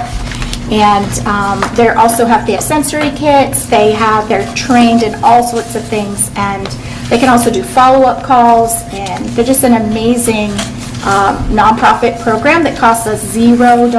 So it's just a really, really great resource that's fairly new in Allegheny County and is growing. And we're lucky that we were one of their target communities as far as them wanting to expand to our community. So I think it's a great resource. It allows our officers to do their jobs and maybe be freed up sometimes to be able to hand things off that other people might have expertise in and free them up to do the things that they really are trained and love to do. So any other questions or anything about it? So this isn't in place of officers responding to calls? This is to support our officers? This is a resource for our officers to utilize when they feel it's appropriate and helpful. And there's another tool in their toolbox. Yeah. Great. And it eliminates the need for a social worker. So this actually checks off one of my goals for the Public Safety Committee. I'm super excited. Tonight, if we can vote this in, it goes off the list. We have one of our goals accomplished. And the police department is in full support? Yes, they're going to Great. receive training later on this month. Great. Any other comments? Great. Amber, can we have a roll call vote, please? Ms. Caspi? Yes. Mr. Allen? Yes. Ms. Godovic? Yes. Ms. Margarella? Yes. Mr. Panza? Yes. Ms. Schwartz? Yes. Mr. Ray? Yes. That resolution passes. The Police Pension Fund investment policy statement, I also am going to move to table this one. I understand it was supposed to be looked at by Finance Committee. I've not received any information back from them about this. So again, this is another one, and I don't know that we necessarily need to discuss it, but I want to move that we table this motion for next month. I personally just finished reviewing it last week, and I do have some We questions need a about second, it. but we have a second. I'll second. Okay, we have a motion and a second. Comments? So I can say that I just finally finished reviewing all of it last week to send you some bullet points over. There are some questions that I have on the finance side of it that were brought up. It's basically obviously like the investments and things like that to make sure that we have the finances for the police pension so we do not have to raise taxes for that. So my questions that will go directly to the safety committee are going to be upon those, what our safeties are in place for those finances. Great. So I do have things to send over now. Do we have a representative from council who works, is that you, Mr. Ray? I haven't been to a meeting yet, though. Okay. I think I was pointed to that. I know, after it's the- recent. At their last meeting. But I did read the document, and it basically outlines how the funds in the police pension funds will be allocated and the investment makeup of that. Jake, do you know if there's any timing issues with this? I'm unaware of any timing issues. Okay, great, thank you. Mayor, do you have a comment? Yeah, I do have a comment. We do have a pension board, 3 members of the pension board. It was Art Tintori, I think he's probably still a member, Acting Chief Ranigan, and Randy McFarland. Yeah. So they studied this. We have a pension board to study these things. They made a recommendation, I think last year, that we approved this. They met with their accountant to approve it. So I'm hoping, and I did circulate this over a month ago, so I'm hoping by next meeting that if you want to talk to any members of the pension board, the 3 members that approved it, go talk to them. If you want to talk to the accountant, go talk to them. But let's get this moving. Okay. So we have a motion and a second to table. All in favor? Aye. Opposed? All right, that motion passes. Anything else, Ms. Caskey? I have something. Do you have anything else? I think I'm good, because I already went over my goals last time. Okay, well, one thing that the previous Public Safety Committee was working on was the School Street speed bumps. Is that something that, Yeah, that's one of our goals. It's one of your- And where we're at with that is that, I wrote it down right here in my thing. Last meeting, I think I requested a status update from the borough manager about like where we were at, because I think some things need to be, there were speed bump ideas, there were different things, but engineering had looked at it last, and we needed to know what were next steps that we needed to take, and I've not heard back about that. so our traffic consultant is Worcester, so they're the ones that did the study and made the recommendations. Yeah. I believe, and the mayor takes good notes, so he could probably provide some updates too. But we were to go on School Street and do a survey. Yep. To ask the residents on School Street what their thoughts were for having a speed bump and giving them some background information on that. Did we get clarification if the slope is grade? That's what I asked for last meeting. Yes, and that's that what we asked for. Yeah. Because before we do anything, if the slope is too great, We can't do it anyway. that doesn't justify a speed bump, then why talk about it? Yep. Well, he looked at it, he studied it, and made a recommendation for speed bumps. I would assume, and maybe Mr. Stanton, you could weigh in on this. We're talking about School Street and speed bumps. Yes, and I don't know the specific application or the recommendations that Worcester had made, but slope is a curve is another criteria. And if they recommended specific locations of speed bumps, my assumption is, based on their experience, that it took into account the slope of the road, the curvature of the road, and those key elements. But from what I understand, borough manager was saying that they needed to let us know what next steps were, if there was anything we needed to do. The speed bumps were a recommendation, where you could throw a bunch of things out saying, we could recommend this, this, and this. When you become serious about something, then we'll go further into it.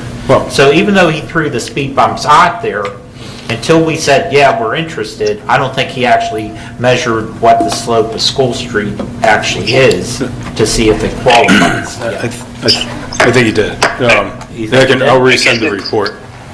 Mayor?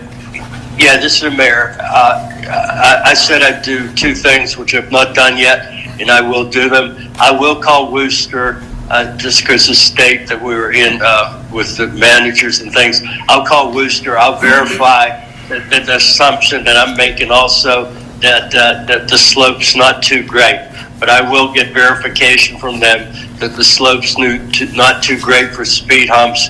And the second thing, they did send us a proposal in regard to a survey. I will modify the survey, get it before the Public Safety Committee for the next meeting, fourth Monday, and to see if we can see what they think of the survey to send to the citizens based on if the slope being sufficient to have speed bumps.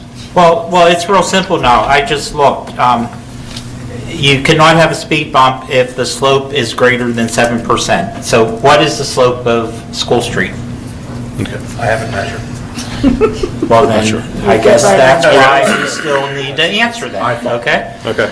So, Mayor... I think it's close. So that would be Worcester. So the mayor's going to follow up with Worcester. He's going to work on the survey and follow up with the Public Safety Committee. Thank you, Mayor. Yes, thank you. Good, great. Okay, thank you, Ms. Caskey. Up next, Public Works and Infrastructure, Ms. Martorella. Well, as you can see from this agenda, nothing like baptism by fire, so here we go. So the Public Works and Infrastructure Committee met for our first closed meeting, really just to get me up to speed. So thank you so much to Ms. Schwartz and Ms. Godovic for answering 40,000 questions in a 2-hour time frame. So I really appreciate that. So we will have meetings moving forward that are going to be open to the public as well. We're going to be meeting the second Thursday of every month starting in May. That'll be available, open to the public and on Teams. So people can attend in person, or if they're not able to attend, they can via Teams, and we'll make sure to get that set up and ready to go for our first meeting. We did establish 3 of our goals, and I'll try to make this quick because we do have a presentation coming up. Our first goal is to keep residents updated on all upcoming projects that involve infrastructure and public works. And we'll be working with the Communications Committee and staff to be able to communicate that to our residents. So having 2 committees work together to get that information out. The second, also looking to keep our businesses updated on all projects that are going to be working on throughout the year and remainder. So we're going to work with our Economics and Planning Committee to also communicate that out. So interworking committees to make sure everyone knows what's happening and making sure those meetings are open so we can have constant communication and transparency. Third, we would like to, twice a year, invite Public Works and Infrastructure team to present at committee meetings for any upcoming projects and receive feedback from our residents. So want to make sure that the residents do have a voice to be heard at our committee meetings. You can always attend monthly, but then actually having the experts there to answer questions twice a year will be very helpful. And then Mr. Stanton and I also spoke that we're going to have regular monthly meetings as well to make sure I have all the information to answer any of your questions during our council meetings. So here we go. So those are our 3 goals for the year. And again, thank you to everybody for all of your help. So I appreciate it. Awesome. And then next, I think we have our presentation. Yeah, Mr. Stanton, you're up. Thank you. All right. Yeah, so council's going to go down there while Mr. Stanton makes his presentation on the screen. Yeah, and thank you all. We've got a long agenda, and while they're coming down, I'll just give you an overview. Council asked me to present an overview of a lot of the initiatives in terms of infrastructure that Green Tree Borough has in play. I'm not going to drill into the finite detail of every resident. I just want to highlight the programs, the resources that Green Tree has in play. Can you go to the mic? Thank you. I just wanted to highlight the high-level resources that Green Tree Borough has in play relative to infrastructure improvements. So with that, and I'm not going to go into a lot of detail in terms of, each and every resident and initiatives relative to that. I'm going to keep it relatively high level, acknowledging that we've got a full agenda this evening.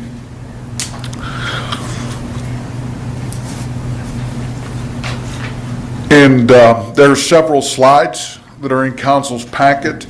I'm not going to read every bullet point. I just want to highlight the key elements.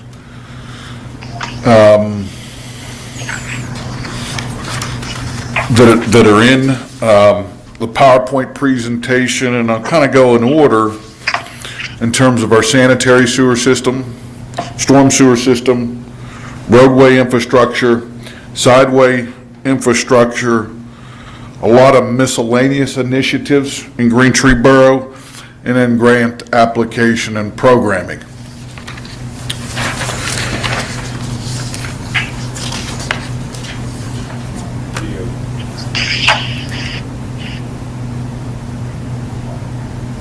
Okay, that's the general outline that I just covered.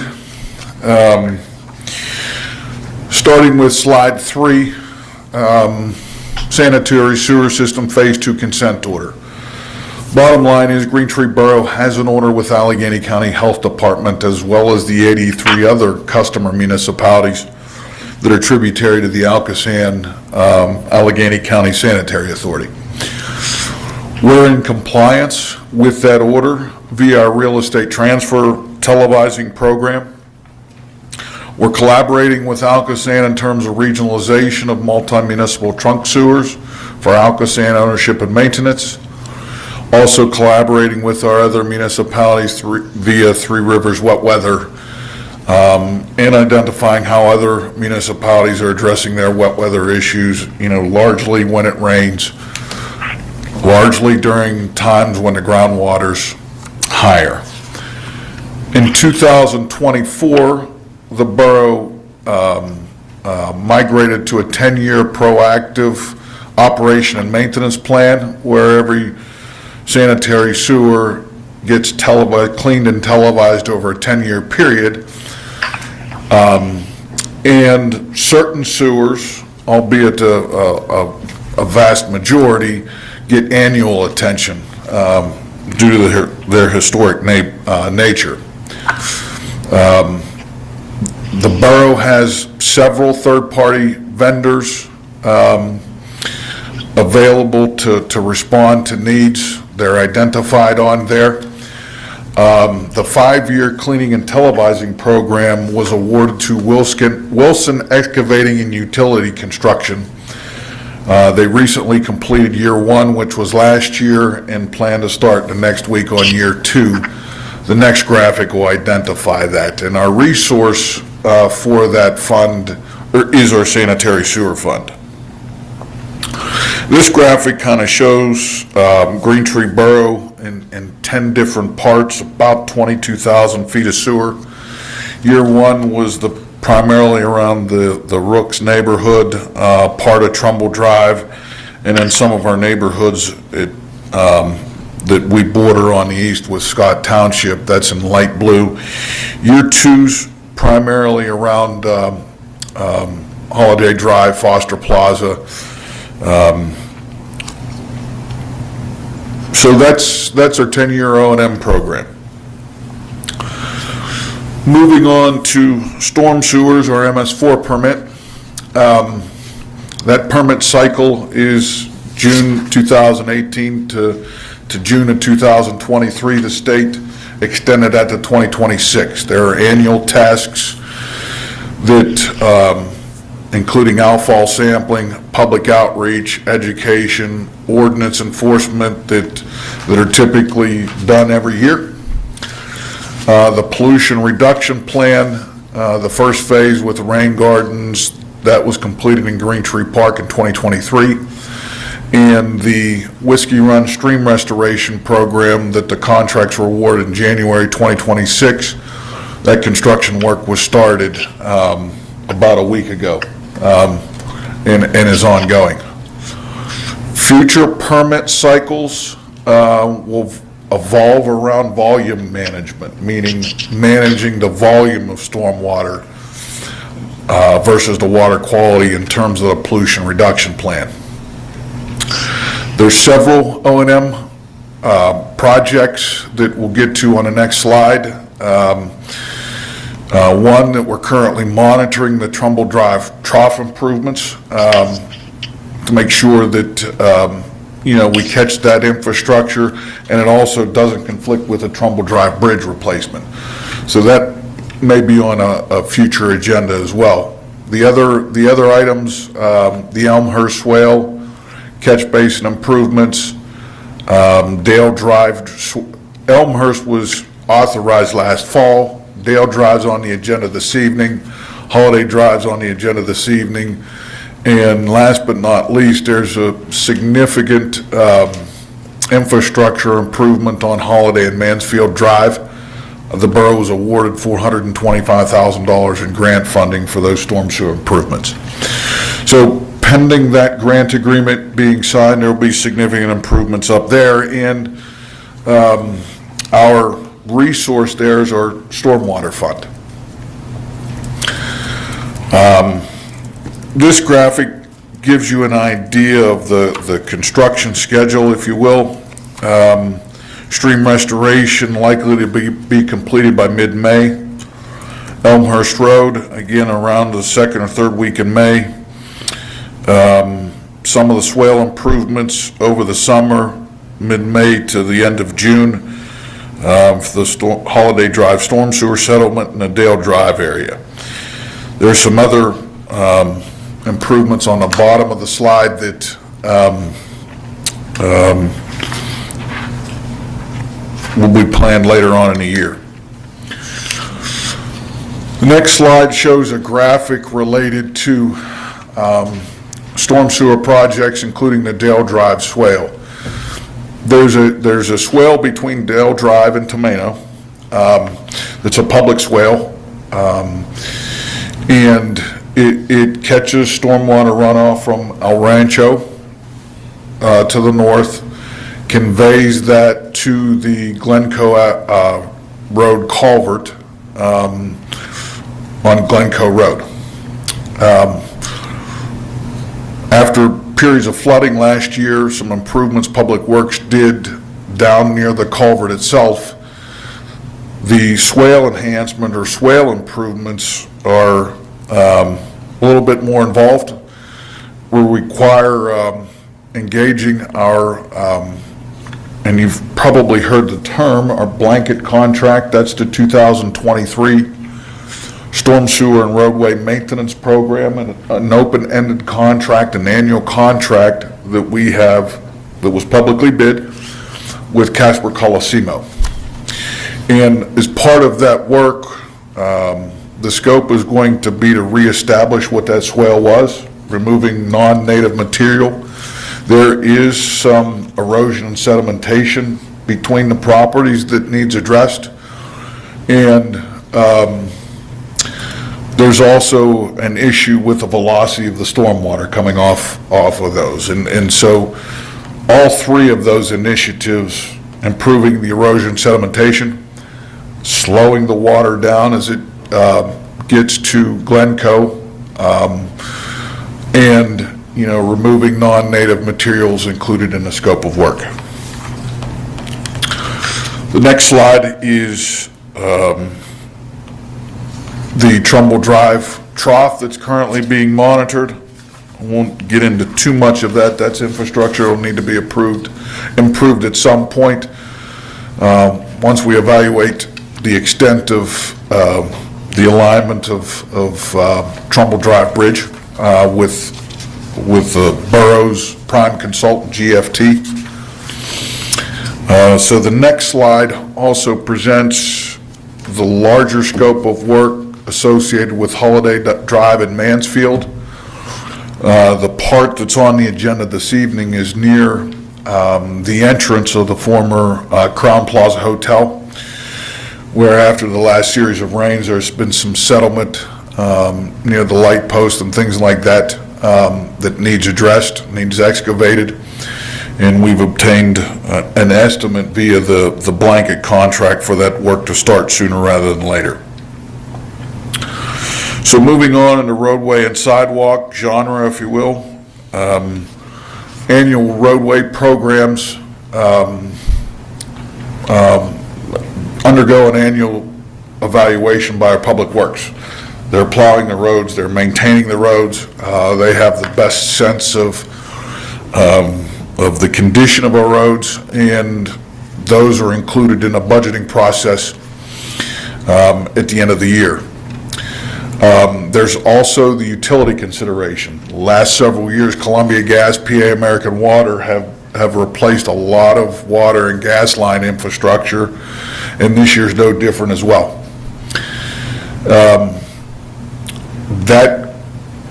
Those contracts, a public bid process through PennDOT approved vendors that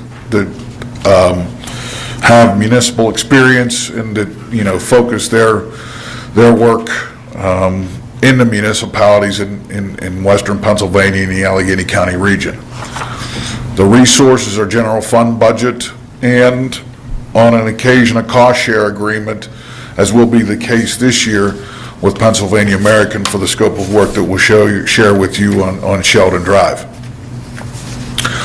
Also, in addition to that, sidewalk improvement master plan.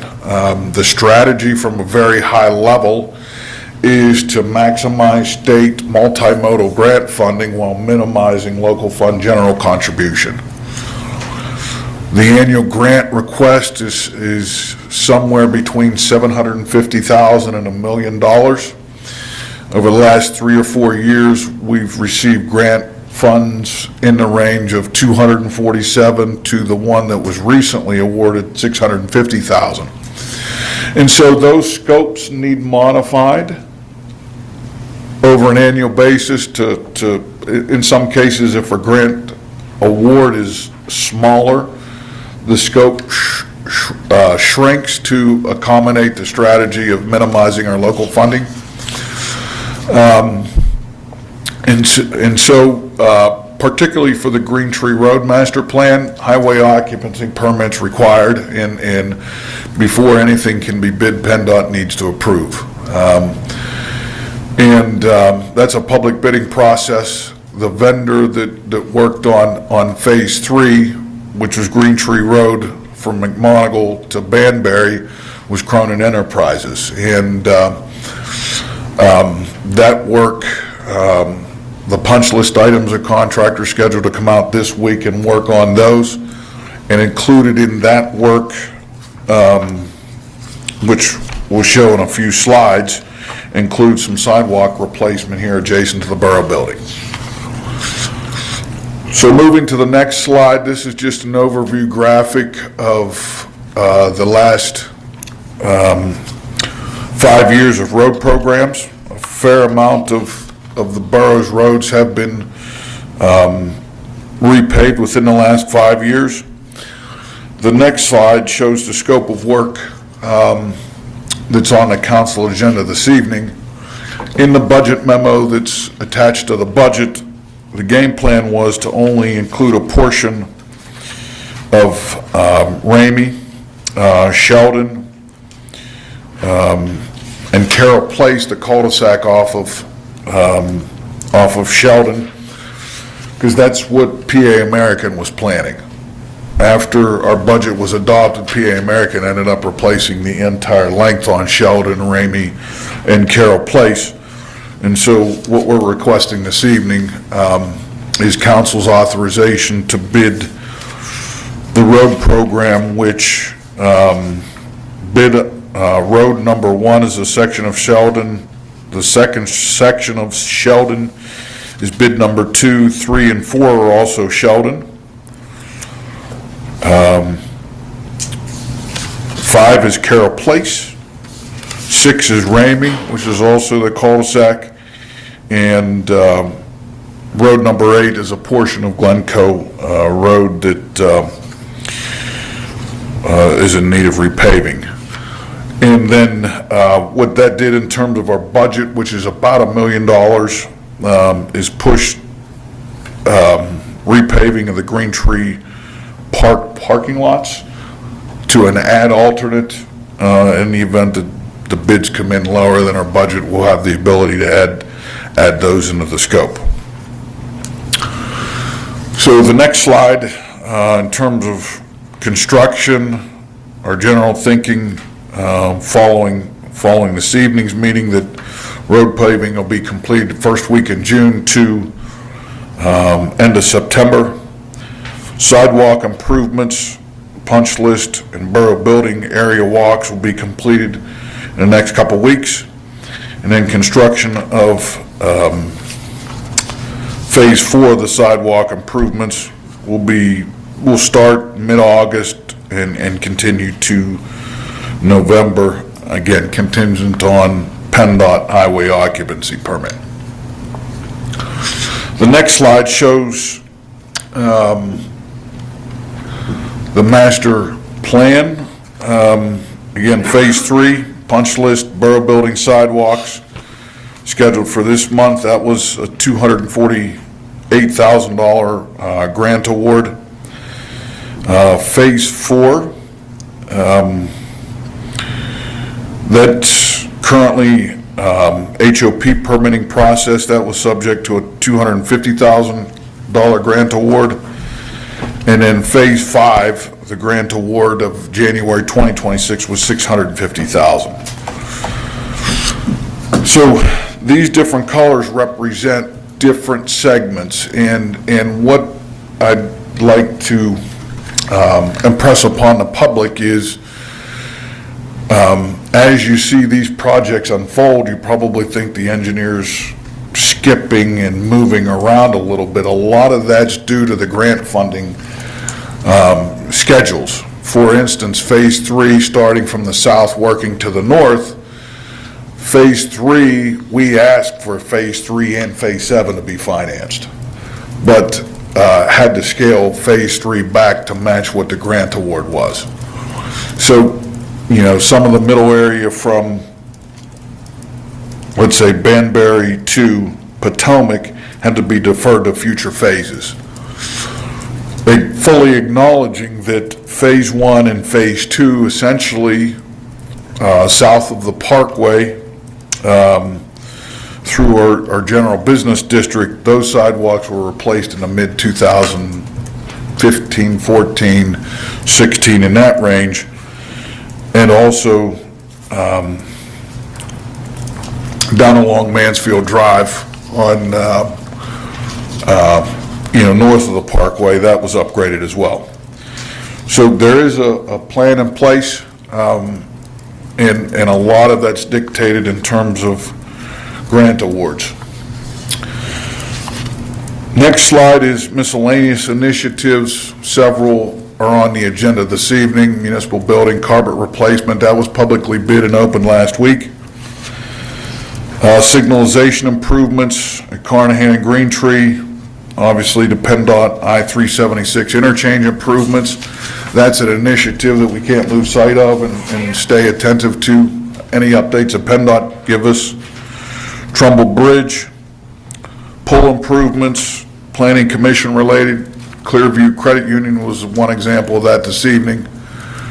Street opening permit, I've got a slide that follows as an awareness. It's not a borough project, but our public should be aware of that project. And Keystone Oaks School District also has a storm sewer replacement planned to the rear of Aiken Elementary that we have some comments on, and we've asked them to postpone the start of that work until after our rec season's over, to do that work in the wintertime. So the next slide is one initiative that came to light through Mr. Heckman's Code Enforcement Office. Columbia Gas is planning a natural gas transmission main relocation along Green Tree Road, starting at McKinney, working up past Warriors, continuing up to Mansfield Avenue, down Mansfield Avenue, and then over into Poplar, starting in early May, and completing around October. So they're going to be doing that work at night. They're in the process of collaborating with the schools, our churches, other businesses in that corridor to coordinate special events. Columbia Gas is doing that in-house, but I thought it was worthy enough to bring this to the public's attention that work's ongoing this summer. In terms of grant programming, which is the next slide, Park Edge Park was already approved this evening. Comprehensive Park Rec Master Plan action was already taken on that this evening. In May,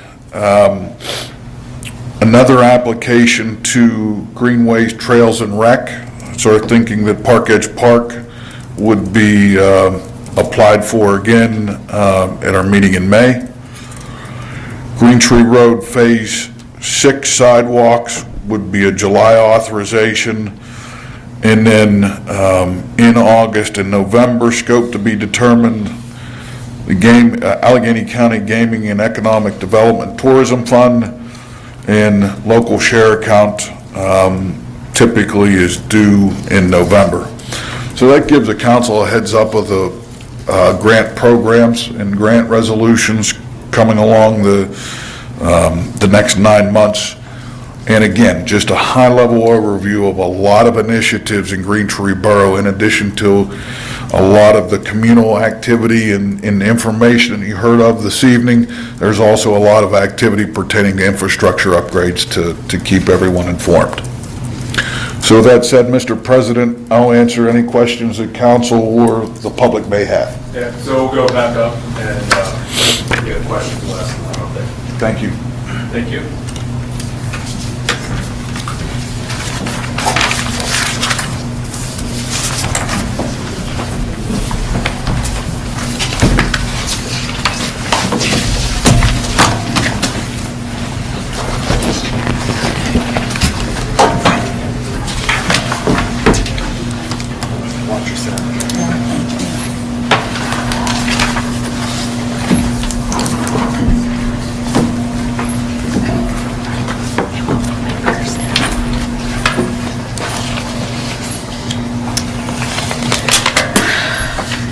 Okay, any questions for Mr. Stanton?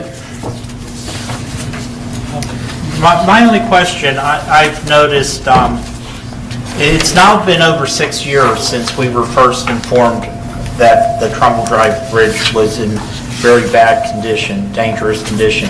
Has anyone checked on it the last 7 years to see if it's getting worse, if it's getting better, whatever? Mr. Panza, I would suggest it's probably not getting better. Infrastructure over time aging. GFT is our prime consultant on the bridge replacement, and all of those bridges get inspected every 2 years by PennDOT. Okay. So I think the answer to the question probably relies in those PennDOT inspections that I don't have. I'm presuming GFT gets... No, I know, it's not your firm. It's just, I had to go to the post office the other day, and I made it across the bridge, and it seemed real stable, but I'm just saying, I wonder, hopefully we get this done eventually, Absolutely. So, certainly agree. that's all. I have a couple of questions. So you mentioned the Green Tree Park paving is an add alternate if the bids come in under budget. Are there other roads on the list, on the schedule, that would make more sense to add alternate as opposed to Green Tree Park parking lot? Pretty much the entire scope of work that was included in the budget is in the list of base bids. There probably are roads after, this winter cycle that would make more sense to budget in the future before the parking lots, if you will. But, we'll usually look at that with Public Works towards the fall of the year and budgeting moving forward.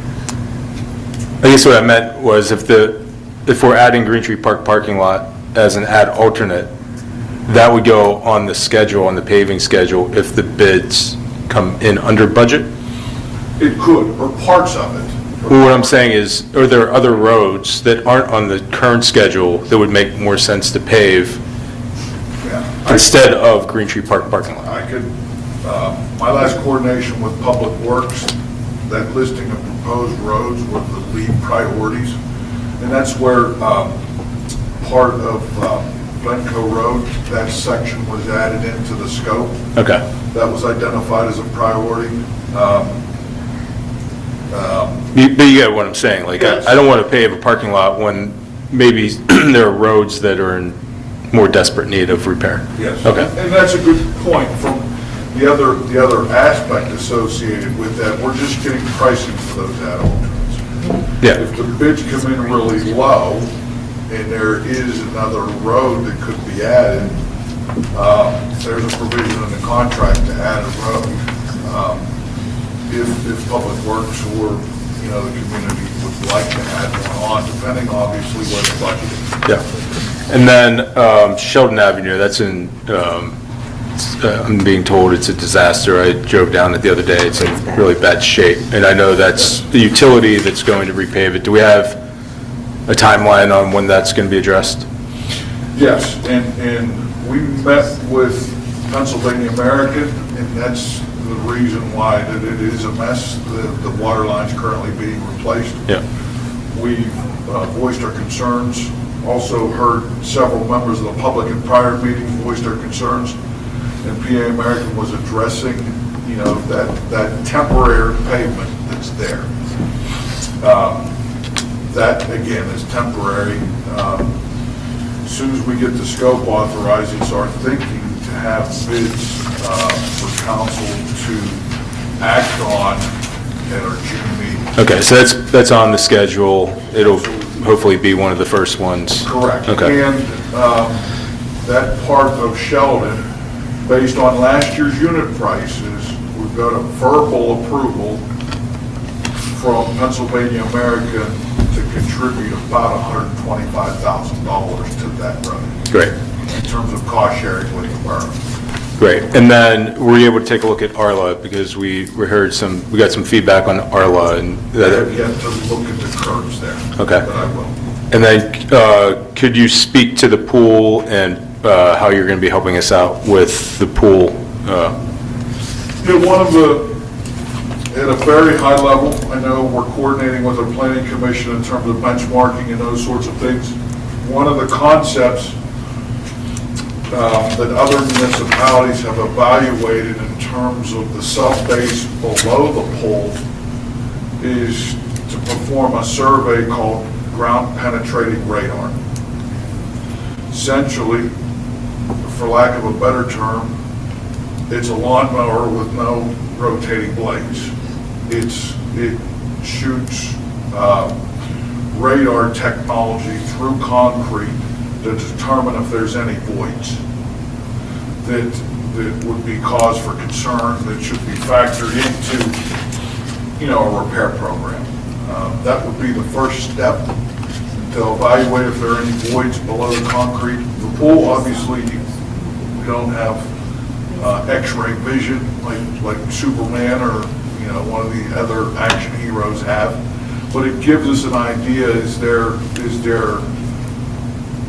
voids or things below the concrete that should be grouted as part of a rehabilitation type of program versus reconstruction, reconfiguration.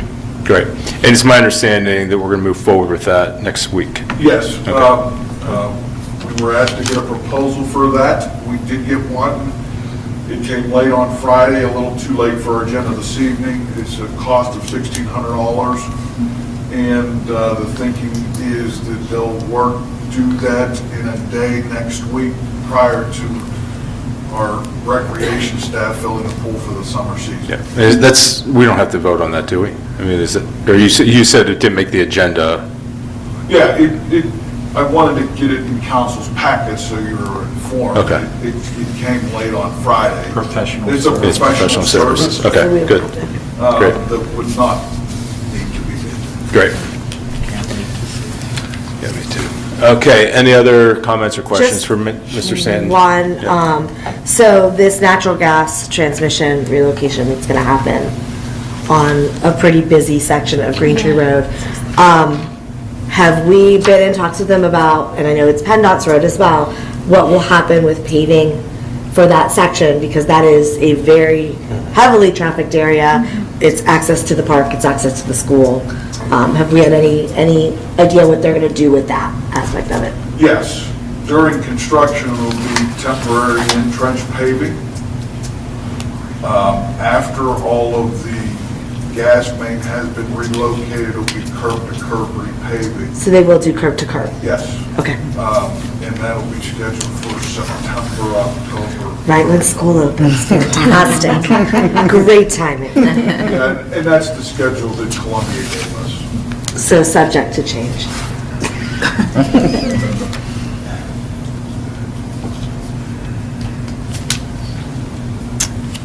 I'm going to ask the public just if there's any public comment or question specifically on Mr. Stanton's presentation. Sam Salopek, 1195 Green Tree Road. Mr. Stanton, you were mentioning the sidewalks. From what I understand, which I have a lot of it was a great presentation. I'm pretty sure I followed it. Green Tree Road sidewalks, when is that supposed to be completed? I was told mid-April, but it sounded like you said mid-July. Phase 3, which is McMonigle to Banbury, there's just several punch list items, including moving a rotating beacon footer. That work should be done this month. Perfect. That's phase 3. Phase 4, which is the next section up, it's a smaller section, is in the PennDOT permitting process.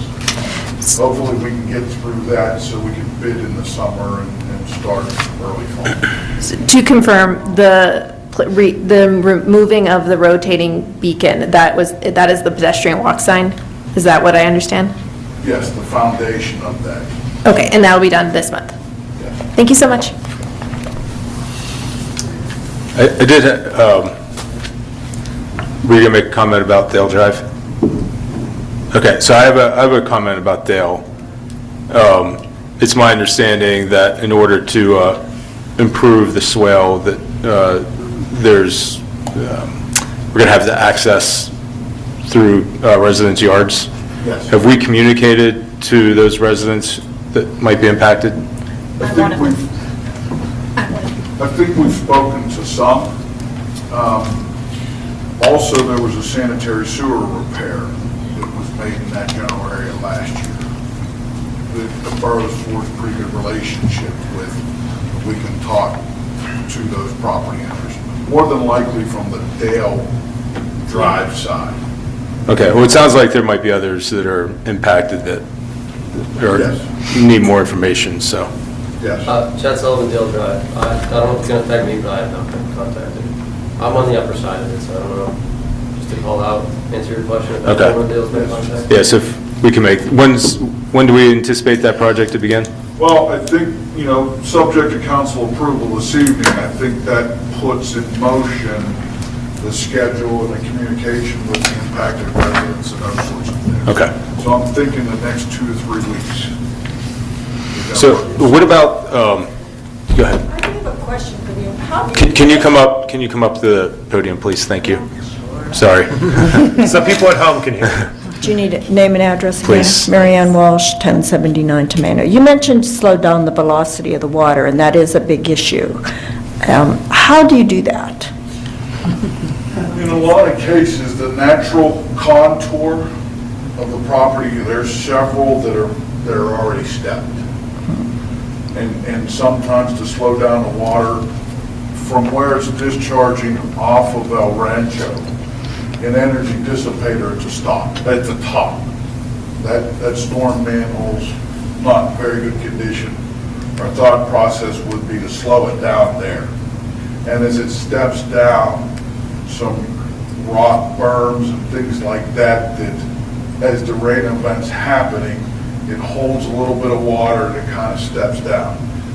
It wouldn't detain the water for an extended period of time, just slow it down as it goes down the various steps. My understanding is the water is coming all the way from Manila, from West Manila Avenue down. The houses, their backyards of West Manila and down.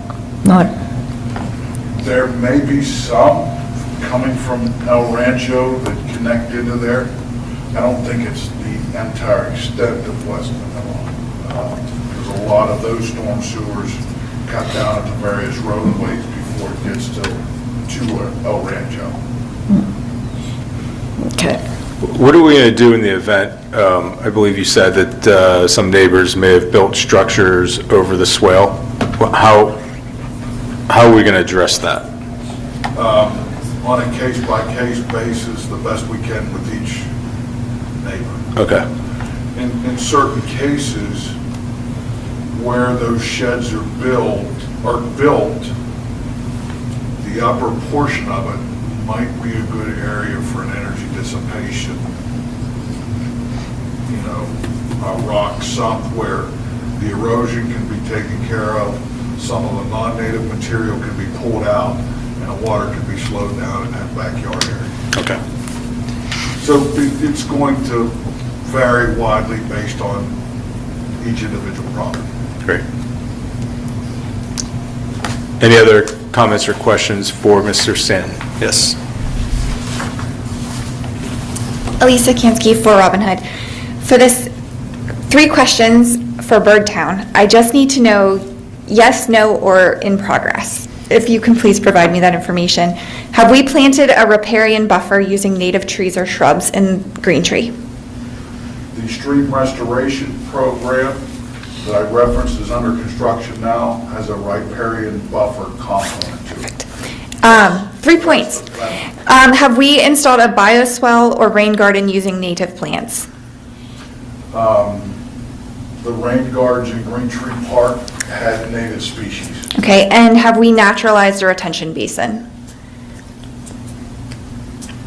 In Green Tree, there's not a lot of retention basins that could be retrofitted. But we've done the first 2 questions that I thought. Okay. Those are fairly new. Mhm. If there's any existing detention basins that could be modified, that might be a good project in the upcoming permit cycle. Okay, thank you very much. Great. Anyone else? Okay. Great. Thanks again, Mr. Stanton. Okay, Ms. Martorella, you're still up. You guys can't get rid of me yet, so here we go. So the first thing is the contract award for the Green Tree Borough Building and Library carpet replacement. I move that we authorize award of a base bid for the library, add alternates 1 assembly, 2 executive session, and 3 extra carpet supply in the total amount of $142,500 to Maximum Construction. Second. We have a motion and a second. Any comments? Did we got multiple bids on this, correct? We had 2, I believe. Yes. Correct, 2. There were 2 plan holders that took out plans, only 1 submitted. So only one submitted. And it came in under budget. Yes. It came in under budget and her qualifications and experience check. And the library carpet is desperately in need of being replaced. Oh, yes. For all of our children's sake. Great. Okay, so we have a motion and a second. Any other comments? All in favor? Aye. Opposed? That motion passes. Okay, next up, the 2026 Roadway Improvement Program revised scope. I move that we authorize revised paving scope in the annual paving program. Second. Motion and a second. Any comments? Okay. In that case, all in favor? Aye. Aye. Opposed? That motion passes. Number 5, the Dale Drainage Swale. I move that we authorize swale repair by CCSI as part of the 2023 roadway and sewer maintenance contract in the amount of approximately $95,000. Second. We have a motion and a second. Questions, comments? As someone who lives on Dale Drive, the question I think the neighbors around are all asking is, what if the engineering project that is undertaken doesn't fix the problem? You see a lot of different solutions being done on that entire street, and you say each has a different solution. Our neighbors next to us were flooding all the time, and we actually moved and fixed things so that they could build a garden back there. And we had a retaining wall professionally put in also back there too. So we've done things to try to fix the problem ourselves. What if what you all do makes it worse or doesn't fix the problem? Yeah, $95,000, that sounds like a lot of money to me, but what do we do if it doesn't work, I guess, is the question. That's the question neighbors are asking. Agreed, and it's a valid question. Okay. In terms of stormwater runoff, in terms of when it was designed and installed in the 1990s. Yeah. Part of the intent is to return it back to what it was designed to be. And in terms of that design storm, and I'm going to try to lay this out very layman's terms. Thanks.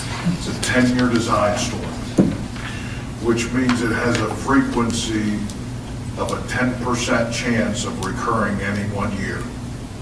Okay? It's not that big of a storm, and that's what it was designed for. Are there bigger storms that have more volume? Yes. And so in terms of absolutes, we're trying to fix the erosion problem, slow the water down, return it to what it once was. Will there be storms like we had last April that occur that creates issues? Probably. Our weather patterns are changing, the storms are heavier. But it will make an improvement to what's there. Okay. Any other comments or questions? Okay, we have a motion and a second. All in favor? Aye. Opposed? Motion passes. Okay, the last one, Holiday Drive Storm Sewer Settlement Repairs. I move that we authorize storm sewer settlement repair by CCSI as part of the 2023 roadway and sewer maintenance contract in the amount of approximately $35,000. Second. Motion and a second. Any questions or comments? Okay. All in favor? Aye. Opposed? That motion passes. All right, that's All the right. end for me. Thanks, Ms. Monterell. Ms. Godovic, Community and Employee Engagement. Okay, I just have a brief update. The Community Employment Engagement Committee met on March 23rd at 6 p.m. And we had a great surprise guest with us, volunteer appointment Payne Roberts. He saw my brief little blurb in the newsletter and volunteered his services to be of great help to us with the three objectives that we have for this year for the Junior Council Person Program, the Resident Advisory Committee, and to help make suggestions for the AV system upgrade proposals.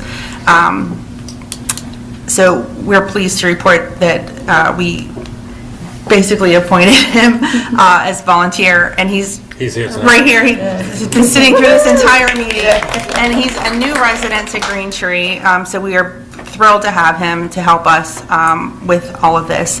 And so he's helping with, which coincides with our three objectives, like I mentioned. The Junior Council Program, he is developing an application process and drafting and update application materials for the Junior Council Person Program. His support will help ensure the program continues to attract engaged students and provide a meaningful introduction to local government. As for the Resident Advisory Committee, application drafting and volunteer recruitment, he will contribute to the development and refinement of application documents for the Resident Advisory Committee. In addition, Mr. Roberts may assist in identifying and recruiting potential volunteers to serve on the RAC, helping broaden community participation and representation.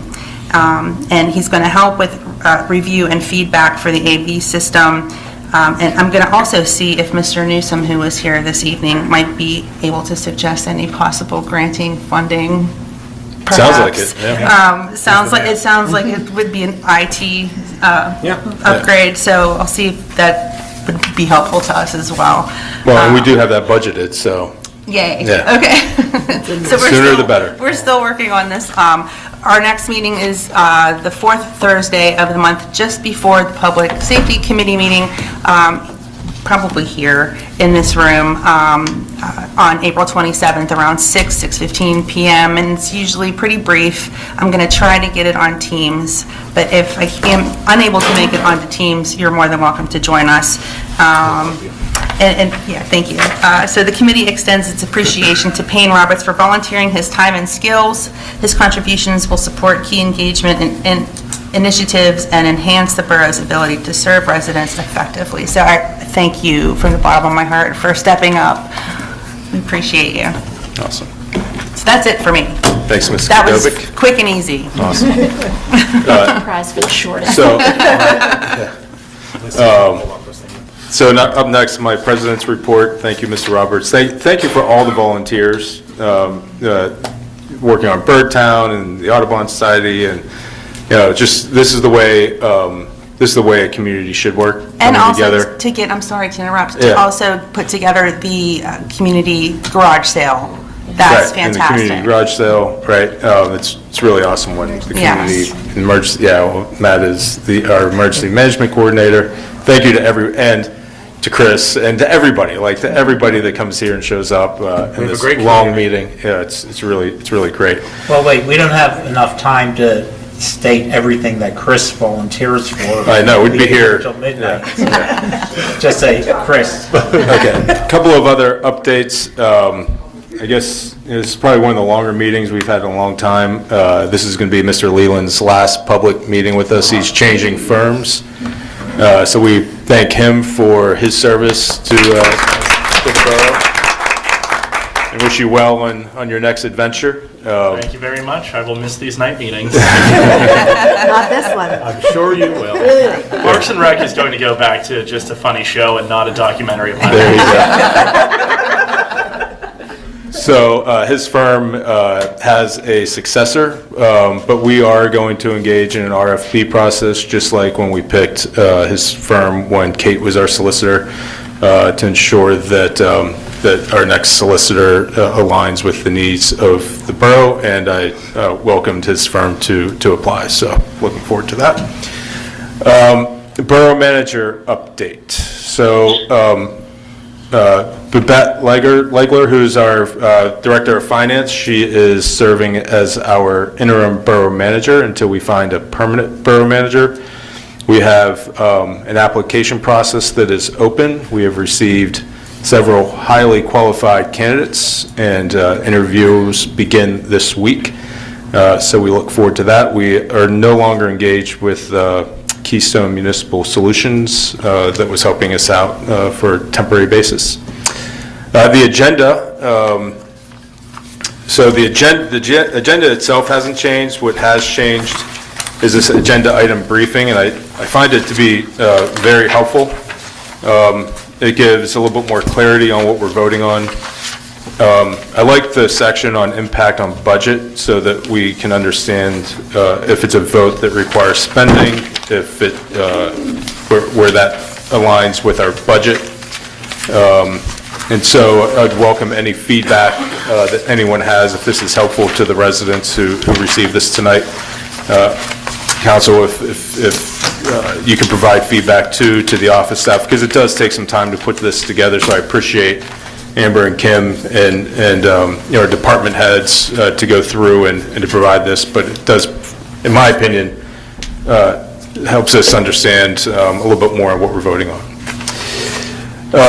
I want to congratulate Adina, Tina, and Christopher for graduating successfully from the local government academy's newly elected officials class, so congratulations. Thank you. It's a program that I think I went through it. I think most, at least in the last 20 years, members of council have gone through that program. Find it to be highly beneficial. I think, Carrie, you have looked into it. Yeah, unfortunately, they were closed. They were closed 2 days before I came on, so online learning it is. There's a lot of great resources there. Okay. Yeah. I'm a 1996 graduate, so it's been 30 years since. I mean, it's been longer, at least 40 years probably, that all the council has attended that program. Yep. Let's see, other updates. I reached out to Duquesne Light. I believe that there's, over the recent months and years, there's been a higher number of power outages in Green Tree than what there used to be. I'm not sure why that is. I've reached out twice and haven't gotten a reply back yet. Mr. Sand, maybe if you might have a contact at Duquesne Light, or... I can try. Okay. In terms of those outages and things like that, my experience is anybody gets shuffled a lot of different directions. Yeah. It's a struggle. It is. Yeah. I don't know if it, I don't know if they have a root cause for it. I don't even know if it is. Maybe it's just my perception and the community's perception that we have a higher number of outages than what we once did. But I'd just like a little bit of clarity on what's going on there. In terms of, Ms. Godovic mentioned updates to the AV, we're going to make that a priority. We're also talking about maybe participation via remote access. So if you're accessing our meetings via whatever new platform we use, we want to look at being able to interact, maybe provide public comment while you're watching from home or wherever. And we talked about the pool, and I think that is the end of my report. We don't have a manager's report tonight, so that leaves us with any additional public comment for any other item related to the borough.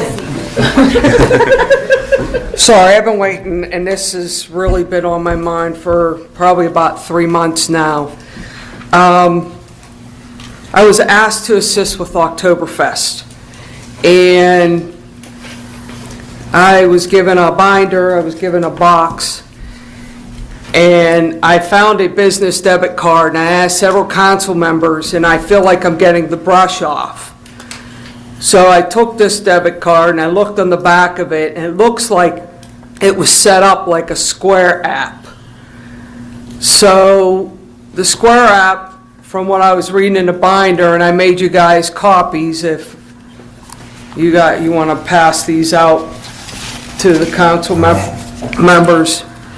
It looks like this app was being used for the drink tent, the game tickets, the regular rides, the Eurobungee, and I'm just trying to understand this app through this binder that was set up. Did we use the borough credit card system, or did we use this Square app? And this Square app typically processes card payments, immediately making funds available in your Square balance within X amount of time. So how were the funds set up? I keep asking these questions. Where did the money go? If we use this Square account, was a bank account set up to receive the funds? How did the transactions go through? I did a right to know on this, and I got it back that says no record responsive to your request exists within the possession, custody, or control of the boroughs pursuant to Section 705 of the right to know. The borough does not require to create a record that does not exist. If the record does not exist, why do we have a credit card in this box that says Green Tree Borough October? And again, I'm not here to point fingers. I'm not here to cause trouble. And I'm not here to do anything, but this card has Russell Barron's name on it. So I'm coming to this, I've been coming to these council meetings, and I'm dating my age here, probably before half you people even graduated from high school. And I get tired of getting dismissed. I brought up a deer population a couple years ago, and it just went to the wayside. And somebody from Norris Drive comes, talks about how his yard's being destroyed, and we have public hearings, we have game commission come in, and now we're doing a survey for, the planning commission is doing a survey. I can't let this go. Somewhere along the line, there was funds, either on this card or this card was set up for funds. Somebody needs to investigate where this money went. Where did the drink ticket money go? Where, and if they were using the Square app, it's a credit card machine. So I feel like nobody in this borough knows what this thing was all about. And if you think this is not worth looking into, then tell me right now. I will let this go, and I will step back from this whole thing. I will personally look into it. I would be delighted, actually, to look into it, to figure out. I mean, I really appreciate your time, but I have been asking for 3 months. This is the first time I'm hearing about it. Okay. So, Chris, let me give you some background also to help you. Apparently, it was asked that Green Tree Borough accept credit cards for about 10 years. Certainly. I mean, just asked over and over again, and we're always given the runaround where, this was not 1975. Correct. It's like, we need credit cards. We need credit cards. So apparently, frustration developed where Mr. Barron opened up a Square account so that Oktoberfest could collect and use credit cards. Certainly. because people tend not to carry around a lot of cash nowadays. So I know we used it one year, and then ironically, the next year that we used it, we got the Square account, we opened it up, there were thousands of dollars still in our Square account. And we're like, wow, how come the money didn't go to where it needed to go to? Which I still am asking the question, so was the money turned in this year, and what about last year's money that was on the account?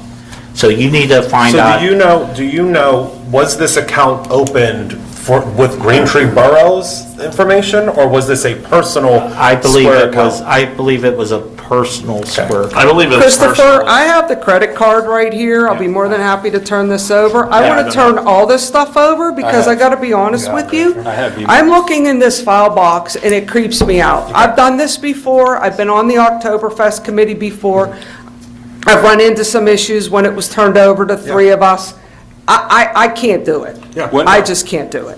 When was the right to know? What were you requesting? I did the right to know. I submitted on, Friday the 13th, March 13th, and I basically asked for this to be investigated. I even made a copy of the card. I put it with my right to know, and it's right here. Okay, and I was the one who drafted, I reviewed it and issued a response. I spoke with Babette and Kim, and they said that the credit card's not a borough card. It was not set up through the office. So based off of that information, it seems like it was set up through a personal account, not affiliated with the borough, which is why it was denied. Well, and the thing of it is what made me mad of it being denied was this card was attached to this. This card says Green Tree Borough October. And then on the back, it has his name. Like I said, I don't want to point fingers. I don't. So what I'll do. But I've been dismissed 3 months now. And now this is month 4 that I need resolution. I'm very familiar with Square for my own business. I mean, we don't use it anymore. We use a different service. But with my familiarity with Square, I mean, we can reach out and we can figure out what it was, who it was issued under, what it was issued under, where the money, because what concerns me is if Babette and Kim, I mean, have no record of where the funds were going, the hope would be that the funds would still be in that account, and we'd be able to retrieve them. But the problem is, with my experience with Square, is if it was set up under a social security number as opposed to an EIN, is that we would need permission from that social security number holder to actually take that money out. Now, why that money wasn't transferred or why the money just sat in there, it may be, I'm hoping, a misunderstanding of, the borough should have been retrieving it and so on and so forth. But in the future, I think we can all agree that there will never be an individual that is listed on a credit card that is I just don't know how this got money. Approved. Well, I have a feeling it wasn't. It may not have been. I have my mind's telling me what happened here, but again, But I'll you get can to the tell bottom, me right I'll now. get to the bottom of what really happened. I will, I promise. I have Maybe we'll emails. find out how long it's been. I have emails, so I'm looking at emails from I have access to the former borough manager's emails, and I can see the emails and discussion with said parties, and with the money that was left in the account. It does look like it was a personal account, and So was there was $3,650.83 That in was- credit card ticket booth sales that was left that this individual was holding. Yes, but ironically, 2 years ago, they said Oktoberfest spent money, like the budget, like we had spent more money than we collected, and our numbers were like, no, we came in the black, and then there was a discrepancy, and then no one discovered why the discrepancy until a year later, till we turn on the Square machine. Well, because that money wasn't accounted for. And it was transferred back over. Yeah. So the money was transferred back over from the personal account to the borough. I can see that. They're saying it in the email here. Okay. Can you please confirm you've received the transfer funds from Square and attaches a spreadsheet of revenues and expenses for the 2023 O-Fest event? Yes, I did receive the funds from Square. Okay. And this is just a great example of, we ask individuals to volunteer all their time and effort to put on a event for the borough, and how the borough, the lack of participation we had gotten from the borough, and that's why... Excuse me, Yes. but I helped run Oktoberfest back in almost 7 years, 8 years. Yeah. We always had checks and balances. We had a Mac machine over there, and at the time, we didn't have credit cards. We always had checks and balances over at that ticket booth. So don't play that we don't know what's going on. I know enough of what we did over there. We constantly had checks and balances. When anybody took over your job in the tent, this was your cash, this is what you ended up with. Babette took it, put it into the room, or wherever she deposited or whatever. Then the next group came in, they started with whatever amount of money. There was always checks and balances. So I don't want to hear that because we don't have borough participation or whatever. There's always somebody over there. There's always should be checks and balances. You run the committee, Ron. You should always have that in top of your list. Whenever there's a credit card transaction or money, I don't want to hear that because there's less participation from council or whatever. Well, we had checks and balances. And that's why we, the last couple of years, we've had to rely on volunteers and less help from the borough. And if there was more help from the borough the last couple of years, we could have stayed on top of things more. It doesn't matter if you're a volunteer or not. This should have never been approved. It should have never been approved. I'm sorry. I guess what, to move forward with it being done correctly, because luckily I'm on Mr. Panza's committee as well as on the finance committee, so this really falls into my purview. In the future, is this something that we would get approved through the borough? The borough then is liable for, I guess, the square system, and then it just is directly deposited into like a general fund or something? That would make the most sense. Okay, so that's what we'll work on, and that's what we'll do. I mean, that account is hopefully already closed, and we literally... It's not a borough account, that's the problem. And I understand your frustration now, because there is no accounting of what happened on that. At all. Although we were receiving, it was borough revenue coming in through ticket sales and drink sales, and we're saying that there's $3,650 on it, but there's no accounting of what potentially went. Square has spreadsheets. Correct, but I don't, do we receive a report? But it's a personal account. But the personal account would still have the spreadsheets that could be But submitted. you would have that. That's the question is, does Babette have any? No, it wouldn't be Babette, it would be the person who held the account. Would have to give that to Would give them, that's what I'm saying, they would print them out and give them. Yeah. Yes. So we just have to figure out if we have that, and, because that's going to be something that will be helpful for when we're using Square for ourselves, is how do we... Because I operated the machine, and like it was set up, and you would push the ticket type, and it would process. Yeah. I mean, it was all there, and it accounted, and it showed us how many of everything. So But that was in that's there. And I agree, checks and balances, you hear about this all the time when people misuse funds. You have a personal account taking public revenue. And that's why the borough needs to be more involved. You cannot have a personal account. It's your committee, Ron. It's your committee, Ron. Exactly, It's your committee. exactly. I've been screaming for help for years lately. Yeah, but did you know that there was a person, that he had a personal account? Personal account? No, I did not know. Because that's the thing, because, I mean, also to have a personal account, you have to have, everything linked up to it, so on and so forth. So moving forward, because there's nothing we can change about what happened, except for figuring out, making sure that it's closed. Moving forward, we'll make sure that the Square account is actually linked up to a borough account so that we can make sure that the checks and balances are going into the borough account. We will also make sure that we have a full spreadsheet of everything that's sold, whether it's the Euro Bungee, the drink tank, because that's another thing that concerns me, is we probably don't have that information, or do we? That's how it was set up. But I mean, we need that, because we would need to get that from the personal account to see, Euro Bungee, did that do great? Did we bring it back? No. Drink tent, did that do great? Did we bring it back? No. That we do have information. Okay, then we're fine. However, the other conundrum for the last 30 years was some borough managers wanted to start fresh every year, where Oktoberfest, if Oktoberfest would raise $30,000 and we would spend $28,000, all that money went back, and every year we started from the beginning.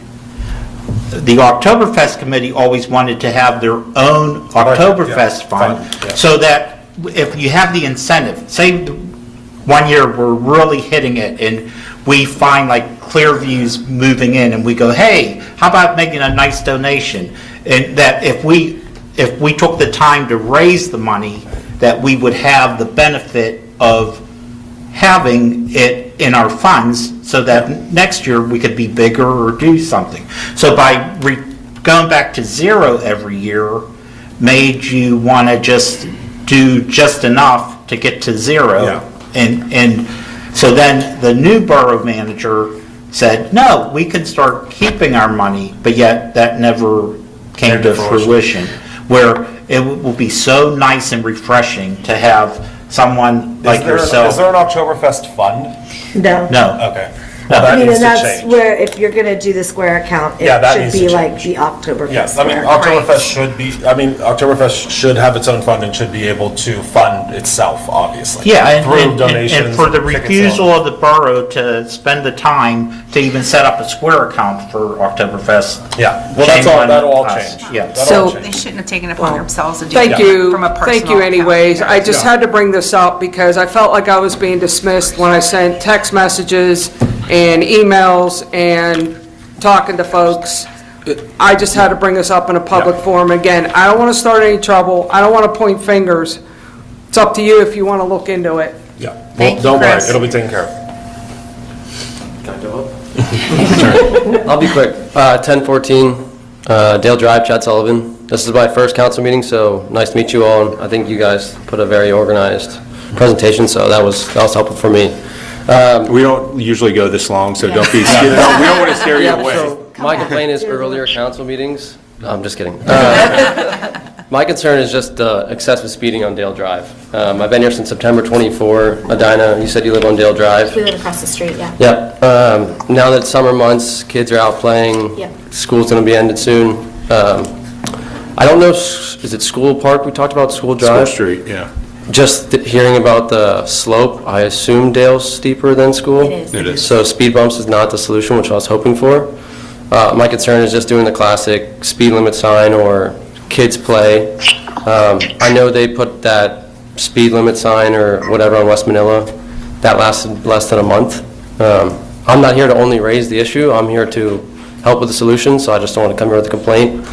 In the meantime, I'll keep parking my car when I see the kids playing outside, just to slow down traffic, but the hours are usually going to work 9 to 5, around those times. I thought it was people trying to do the shortcut to get to Green Tree Road, but I work from home, so I see it all day. My window faces the front, and then my back kitchen window, I can see the intersection of West Manila and Dale, and I see majority of the cars going right, and I don't see them going up the hill, so I'm under the assumption that it's a lot of residents on, or Glencoe, excuse me, but I just don't know what the solution is for that. You know, I would agree with you. People come down Dale Drive, and I don't think they realize how fast they're going, but I know they're probably going 40. Yeah. And something like I stopped a police officer, I forget his last name, Josh, and I just gave him the heads up, and I know they can't use radar, but if they just sit on Evandale, where those pine trees were, but they got cut down last week because of the storms, they would be able to catch all of them. So yeah, I mean, I just parked my car out on the street. I know it's frowned upon, but it's temporary to slow them down. I have a 16-month-old, and I know he's going to start being in the yard more, so I just want to voice my concerns. Awesome.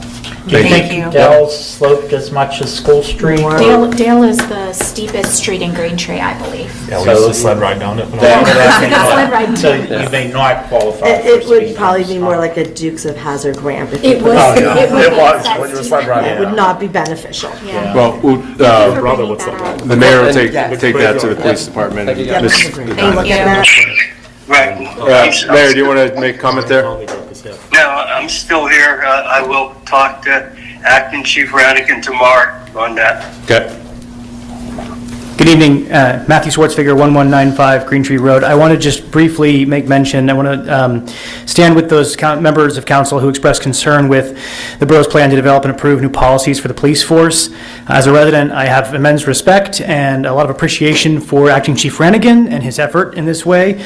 But I also want to express gratitude to this council for taking a moment to pause on those policy proposals because this is a process that is very rapidly changing in the way that we do policing. And to draw some attention to that, I'd like to refer council to the Texas Law Review, which published Lexipol, The Privatization of Police Policymaking, which is by Professors Eagerly and Schwartz. I am happy to share that article with any of you if you're interested. But just to provide you a little context for it, in a brief part of the summary, I quote to say, Lexipol offers a valuable service, particularly for smaller law enforcement agencies that are without the resources to draft and update policies on their own. However, reliance on this private entity to establish standards for police policies also raises several concerns arising from its nonprofit business model focused on liability risk management and a lack of transparency or democratic participation. This law review article publishes a series of concerns, mostly having to do with boroughs, organizations just like ours, in the way that Lexipol refers and recommends liability-reducing processes and policies, which are very important to the borough. But I want to encourage the borough to keep in mind that, especially in the circumstance that we have, without an appointed or elected chief of police and without a borough manager that is in that position, it falls on all of us as private citizens to do what is really outside of all of our pay grade in trying to understand and ensure that borough policies and policing are good for both the police and for the public. And so thank you very much for taking a moment to reconsider, and I look forward to the borough's process improvements in the future. Thank you. Thank you. Thank you. Yeah, it's the mayor again. Matt, can you please send me a copy of that law review article? Yes, Mr. Mayor. He said yes. So 1019 Dale Drive, Jeremy Caskey. This is a piggyback on that as well. I just feel like we're getting the cart before the horse. We have an acting chief. We don't have a chief. And we're having an acting chief creating or changing policy rather than waiting for the chief to create or change policy. I know that if I were the chief coming on, I would want to be able to be part of that process. And for instance, like if the new chief comes on and we've already made these decisions and recommended policy changes, you're potentially creating division, I think, in the force if he wants to come on and make different changes in those policies. So if we change policy now, new chief gets hired, then we change it again, you're putting more strain on a system than I think that it can handle. So I would recommend taking time on this one. I would think as an acting chief, he's someone who should keep the lights on rather than create or change policy. And if you're resource constrained already, well then just keep the lights on. Don't change policy. Hire a chief first. Thank you. Yeah. And my only comment, again, somebody still on? Yeah. Yep. I mean, Acting Chief Rannigan's been lieutenant. He's been here for 20-some years, but anyhow, and we've had six police chiefs in the last 20-some years, so we've always had that problem with new police chiefs coming on. But Acting Chief Rannigan, for 25 years of lieutenant experience with being Acting Chief on 3 times, I believe the light has been kept on. Thank you.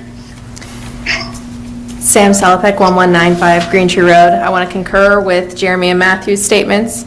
I also want to take a moment to thank the council as well as Public Works for helping fill the divot caused by Columbia Gas outside my house, which was causing a lot of road noise, and then coming back and filling the hump because they overfilled the divot. So just really appreciate that.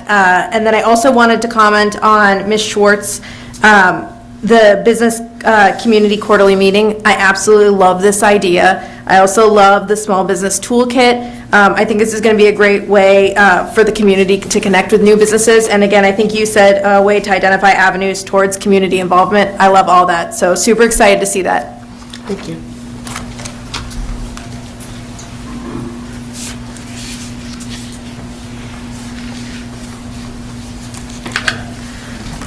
John Koppler, 57 Rhodes Avenue. You knew it'd have to come up, right?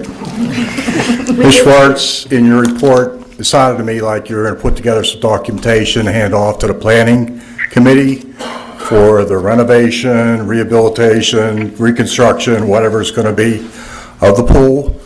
I want you to please include researching solar panels over there for power, that you will get money 9 months out of the year, that you won't need to have electric over there. And the other thing is, right now, soccer season's going over on Wilson, and that place is a zoo Saturday and Sunday. I know years ago there was a bathroom in the block building on Wilson. I don't even know if it's in there anymore. There is, yes, it's there. Okay, do they open that up? Yes, they do. Oh, they do. Each coach should have a key, or there should be someone that comes up and opens the bathroom during practices and games. Because they use it during summer rec as well. Okay, just a suggestion, if you're going to redo the swim changing rooms and everything, if we could look into maybe adding a public bathroom down there for men and women like we have over at the Aiken Fields. And this day and age, I think you could, I don't think you need to have people go over there and unlock and lock the doors. You have ways, Wi-Fi capable ways, I'm sure, to put locks on doors and put cameras there in case you're worried about people destroying things, and just have it come on, unlock at 8 o'clock in the morning and lock back up again at 8 o'clock at night. Yeah, the police officers in their patrols, they'll unlock and lock the doors. Okay, but that's another thing put on their plate where I'd rather have them watching traffic in the borough. I mean, I don't know how much it would cost to Wi-Fi lock things up. I'm sure there's a way to do it. I mean, I can lock my doors from my phone. So I'm sure there's ways. Green Tree Rack. Just to look into those possibilities. That's a good idea. You do come up with good ideas. Yeah, I do. No, you really do, honestly. I solve problems all my life. Because, that's... The other thing is, we brought up the bump on School Street, and they were doing a survey. You said you were going to do a survey for School Street.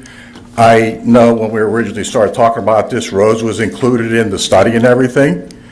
Is the Rhodes residents going to get the survey too? It's on the list, yeah. Okay. It was on the Wooster's recommendation, yeah.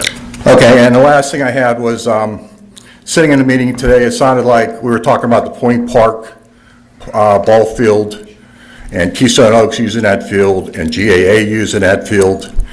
And it sounds like they coordinate things pretty well amongst themselves, but just a thought, is there a way to maybe on the Green Tree Community app to place a calendar for baseball, what's going on up there? There was at one point a field, I don't think it was public, there was at one point a field sharing. I mean, me honestly, if I knew Point Park was playing someday, a doubleheader, I might go up and watch it, but I never know when anything's being played unless I see them over I think there. that's definitely something that could be worked Oh, on. Yeah, so And just would be another idea. beneficial for the coaches as well. Absolutely, yeah. And that might even help the other groups find out, is there an opening here that I might be able to get that field? Then you have a process of signing up for that field.